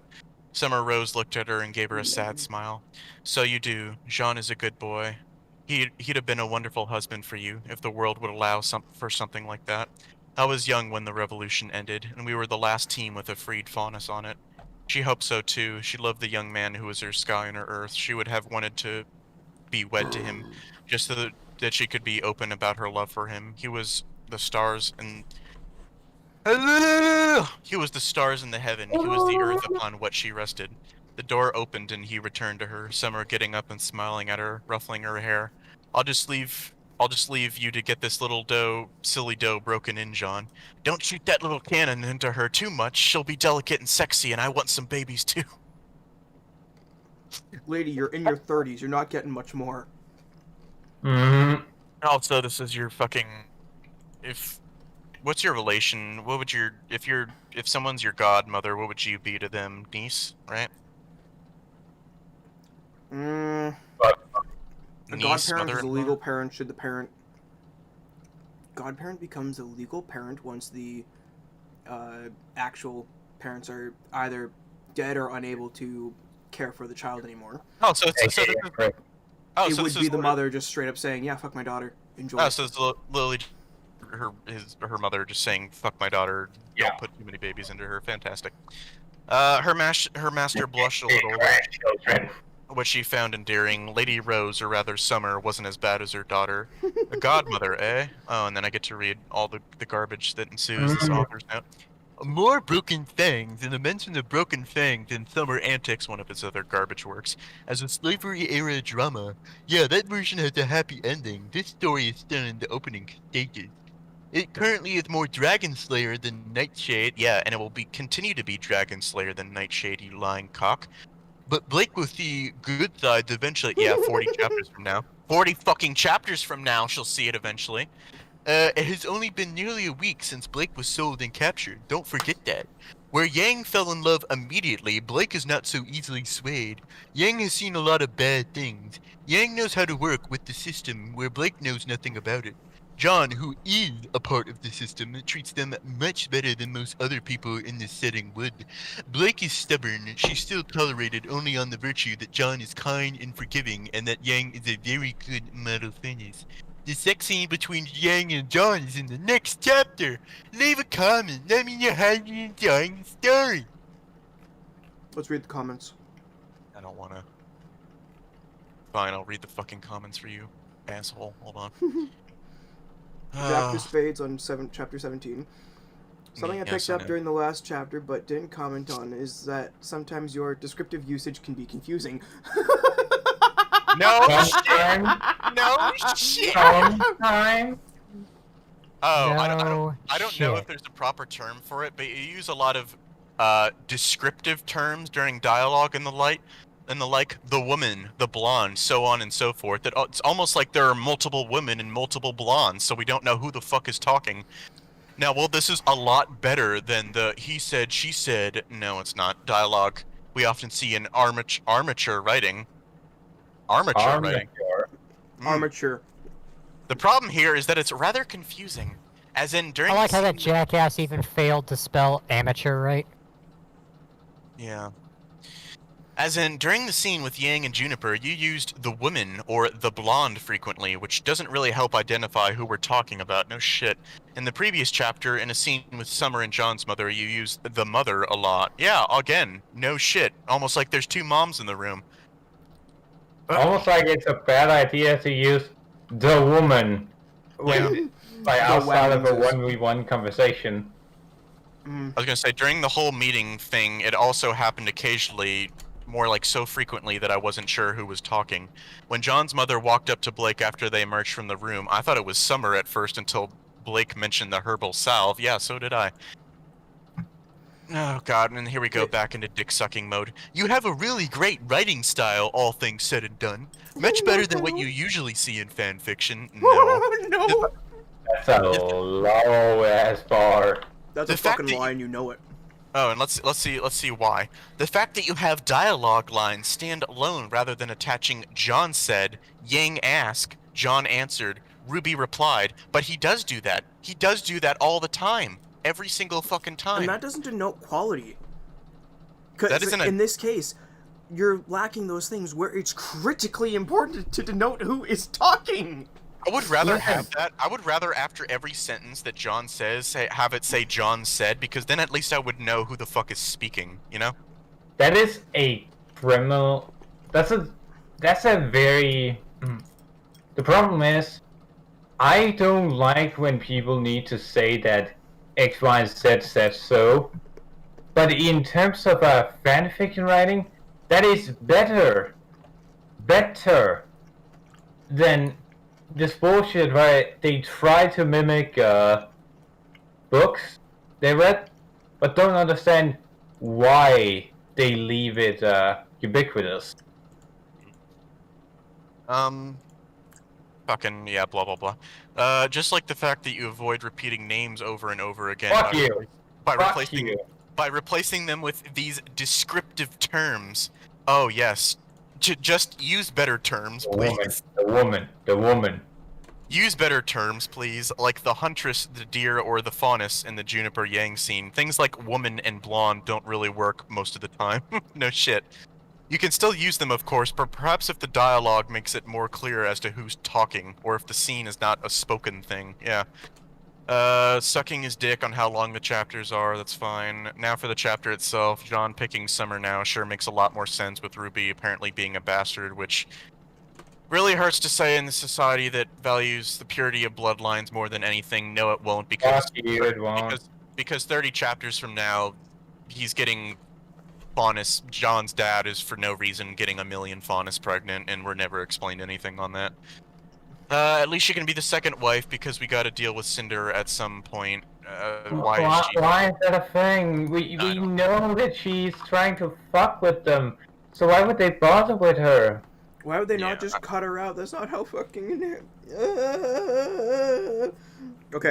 Oh, sorry, can I keep going through the comments? No, I want to get to the next one, because the first one, we've seen how stupid it is. This person is just sucking the dick, yeah, and it's a Michael million... VX on chapter 17. I'm sorry, but did you say nearly a week since Blake was sold and captured? A week. Only a week. 17 chapters, and everything that's happened in all of it has only taken place in less than a week. That cannot be right. I just think that too much has happened in 17 chapters for it to be only no more than a week. Just seems like a short amount of time. And I really hope Jean puts his foot down with Saffron and tells her to back off. I know he probably won't, but I want him to tell his sister that Blake is his and his alone, and he doesn't want her touching what's his, and he refuses to be nothing more than a co-owner on what is his. Again, I know he probably won't, but I came here for the Nightshade, and so far his damn sister has gotten more time with Blake than Jean has. It's forced, and Blake clearly hates Saffron, but I want Jean and Blake, not Saffron and Blake. I want Saffron to leave Blake alone so I can have more Nightshade time. You know what? That's an honest man right there. I respect this guy. That's an honest person I can respect him, yeah. The person just wants smut, and he's like, why are you giving me all this bullshit? Just give me the smut. I respect it. It's not even just smut, it's just a guy say, you advertise this as Nightshade, give me fucking Nightshade. But we continue on. None@none.com on chapter 17. This is a great story. I'm really enjoying it. It's not surprising, however, since I've enjoyed everything of yours I've read. I look forward to into anything else you might have planned for the future. This person deserves to be shot. This again, the person don't use their brain. iQuinn18. Awesome chapter. I love how everything ends up in this story. No, it doesn't. I can't believe it's only been a week. I can't wait for more Dragon Slayer and eventually Nightshade. It looks like Jean got 2 roses for the price of 1. I hope we eventually meet Weiss in your story. I can't wait for next chapter.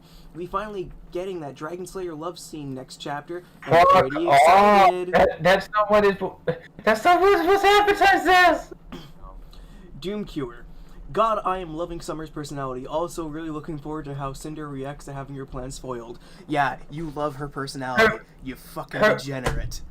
Her plan is not getting foiled. She is getting a position right next to John. If he was to fucking die, and someone was to die, guess who's up?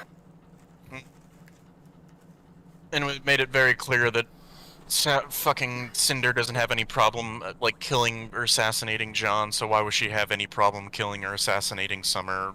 Why? Does it matter? Fuck me in the ass. And also,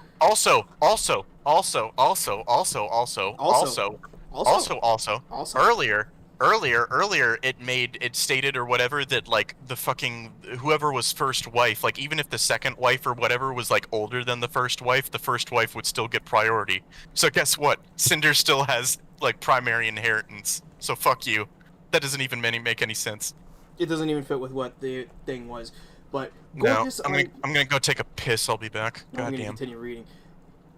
Gorgeous on chapter 17. Oh shit, Arbor has seen the future. Oh shit, Arbor has seen the future. That's how she knew John was going to ask Summer. Makes me want to go back and look at everything she has said. Symphony is that one sibling that gives you something nice and is always borrowing it, isn't she? Good thing Auburn and Blake covered. She'll get her nice new non-saffron lock collar. That said, Blake was so damn close to going through that whole meeting without saying anything that could get her in trouble. So close! Shame about Ash's semblance. It really is the worst matchup for Blake, but it's so fun to see her many thoughts than what she actually says when under its influence. God damn. Just listening to this makes me realize that people really will literally eat up anything. Nice to see Yang and Summer meet. The whole thing was fairly nice. Wonder how Ruby will react to that. Poor unlucky Crow. Look, everything does Crow dirty. The man does not deserve any of this. Fucking guy got his balls cut off by a Grim. No bueno. Anna Bray's chicken wings. If the revolution is ignited because a human dared to live upon us back, I'm okay with that idea. That's not how the revolution would be. In fact, that'd be an anti-revolution. That'd just be like a... Hey, Kitty, I'm back. You want me to spoil the thing with Crow for you because it's fucking hilarious? No. Please, I want to, please. No, I want to wait until we get to it so I can laugh at it completely organically. It's going to take years to get there, Kitty, at this rate. Please, I want to tell you. And I'm going to wait. We'll just have to get there faster. Alright, next chapter, guys. Brutal 203 on chapter 17. I was really looking forward to seeing... Summer's reaction to Yang. You didn't disappoint. Why is there a comma in the middle of it? Because the person learned from the best, the master cyanide. He's inheriting it from cyanide. Just put commas everywhere. Fuck it, doesn't matter. Rating. Can't wait for next week's installment. Cole Bianco. I see no issue with killing Cinder. I see no issue in this. Ending a line. Good. But seriously, smut between politics is the only way to make it interesting. It's like a better Game of Thrones, and I love it. I'm not sure whether that's an insult. I'm not sure which of the two works is more insulted by that. I was gonna say, which one is more insulting to be compared to, Game of Thrones or Broken Fangs? I'm honestly not sure. I'm not sure either. Broken Fangs, come on, guys, fuck off. That shit. Yeah, if you really think Game of Thrones is as bad as this, Courier, calm down. Okay. I know, I am calm. I'm just saying, if you guys think Game of Thrones is as bad as this, Game of Thrones is fucking terrible. It's not as bad as this, though. It's not this bad. Come on. Jean may end up with the entire Zhao Long and Rose household again, and I love it. That's 2 kudos well earned. This nigga gave 2 kudos.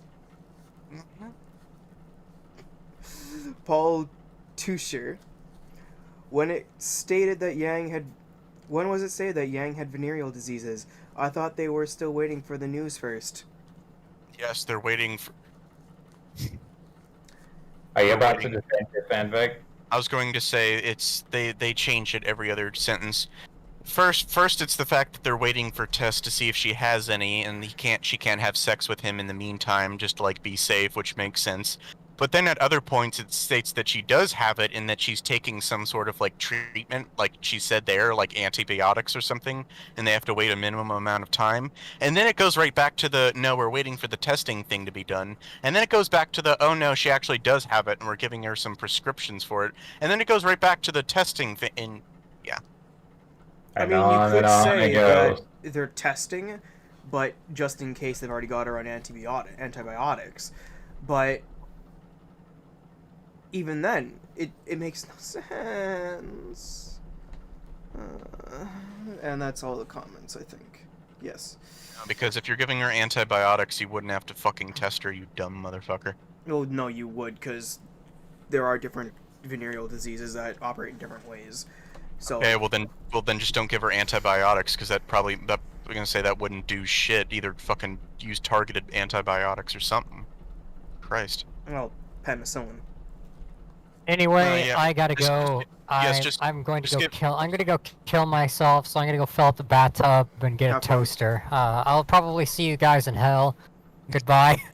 Okay, have fun there, Cap. Bye, Cap. But yeah, I'll talk to you guys later. Are we gonna do anything tomorrow for Probably. No, nothing tomorrow. Alright. So I'll talk to you guys tomorrow, maybe, if you guys want to watch something. Hey, what's the date today? Oh, it's 07. Neat.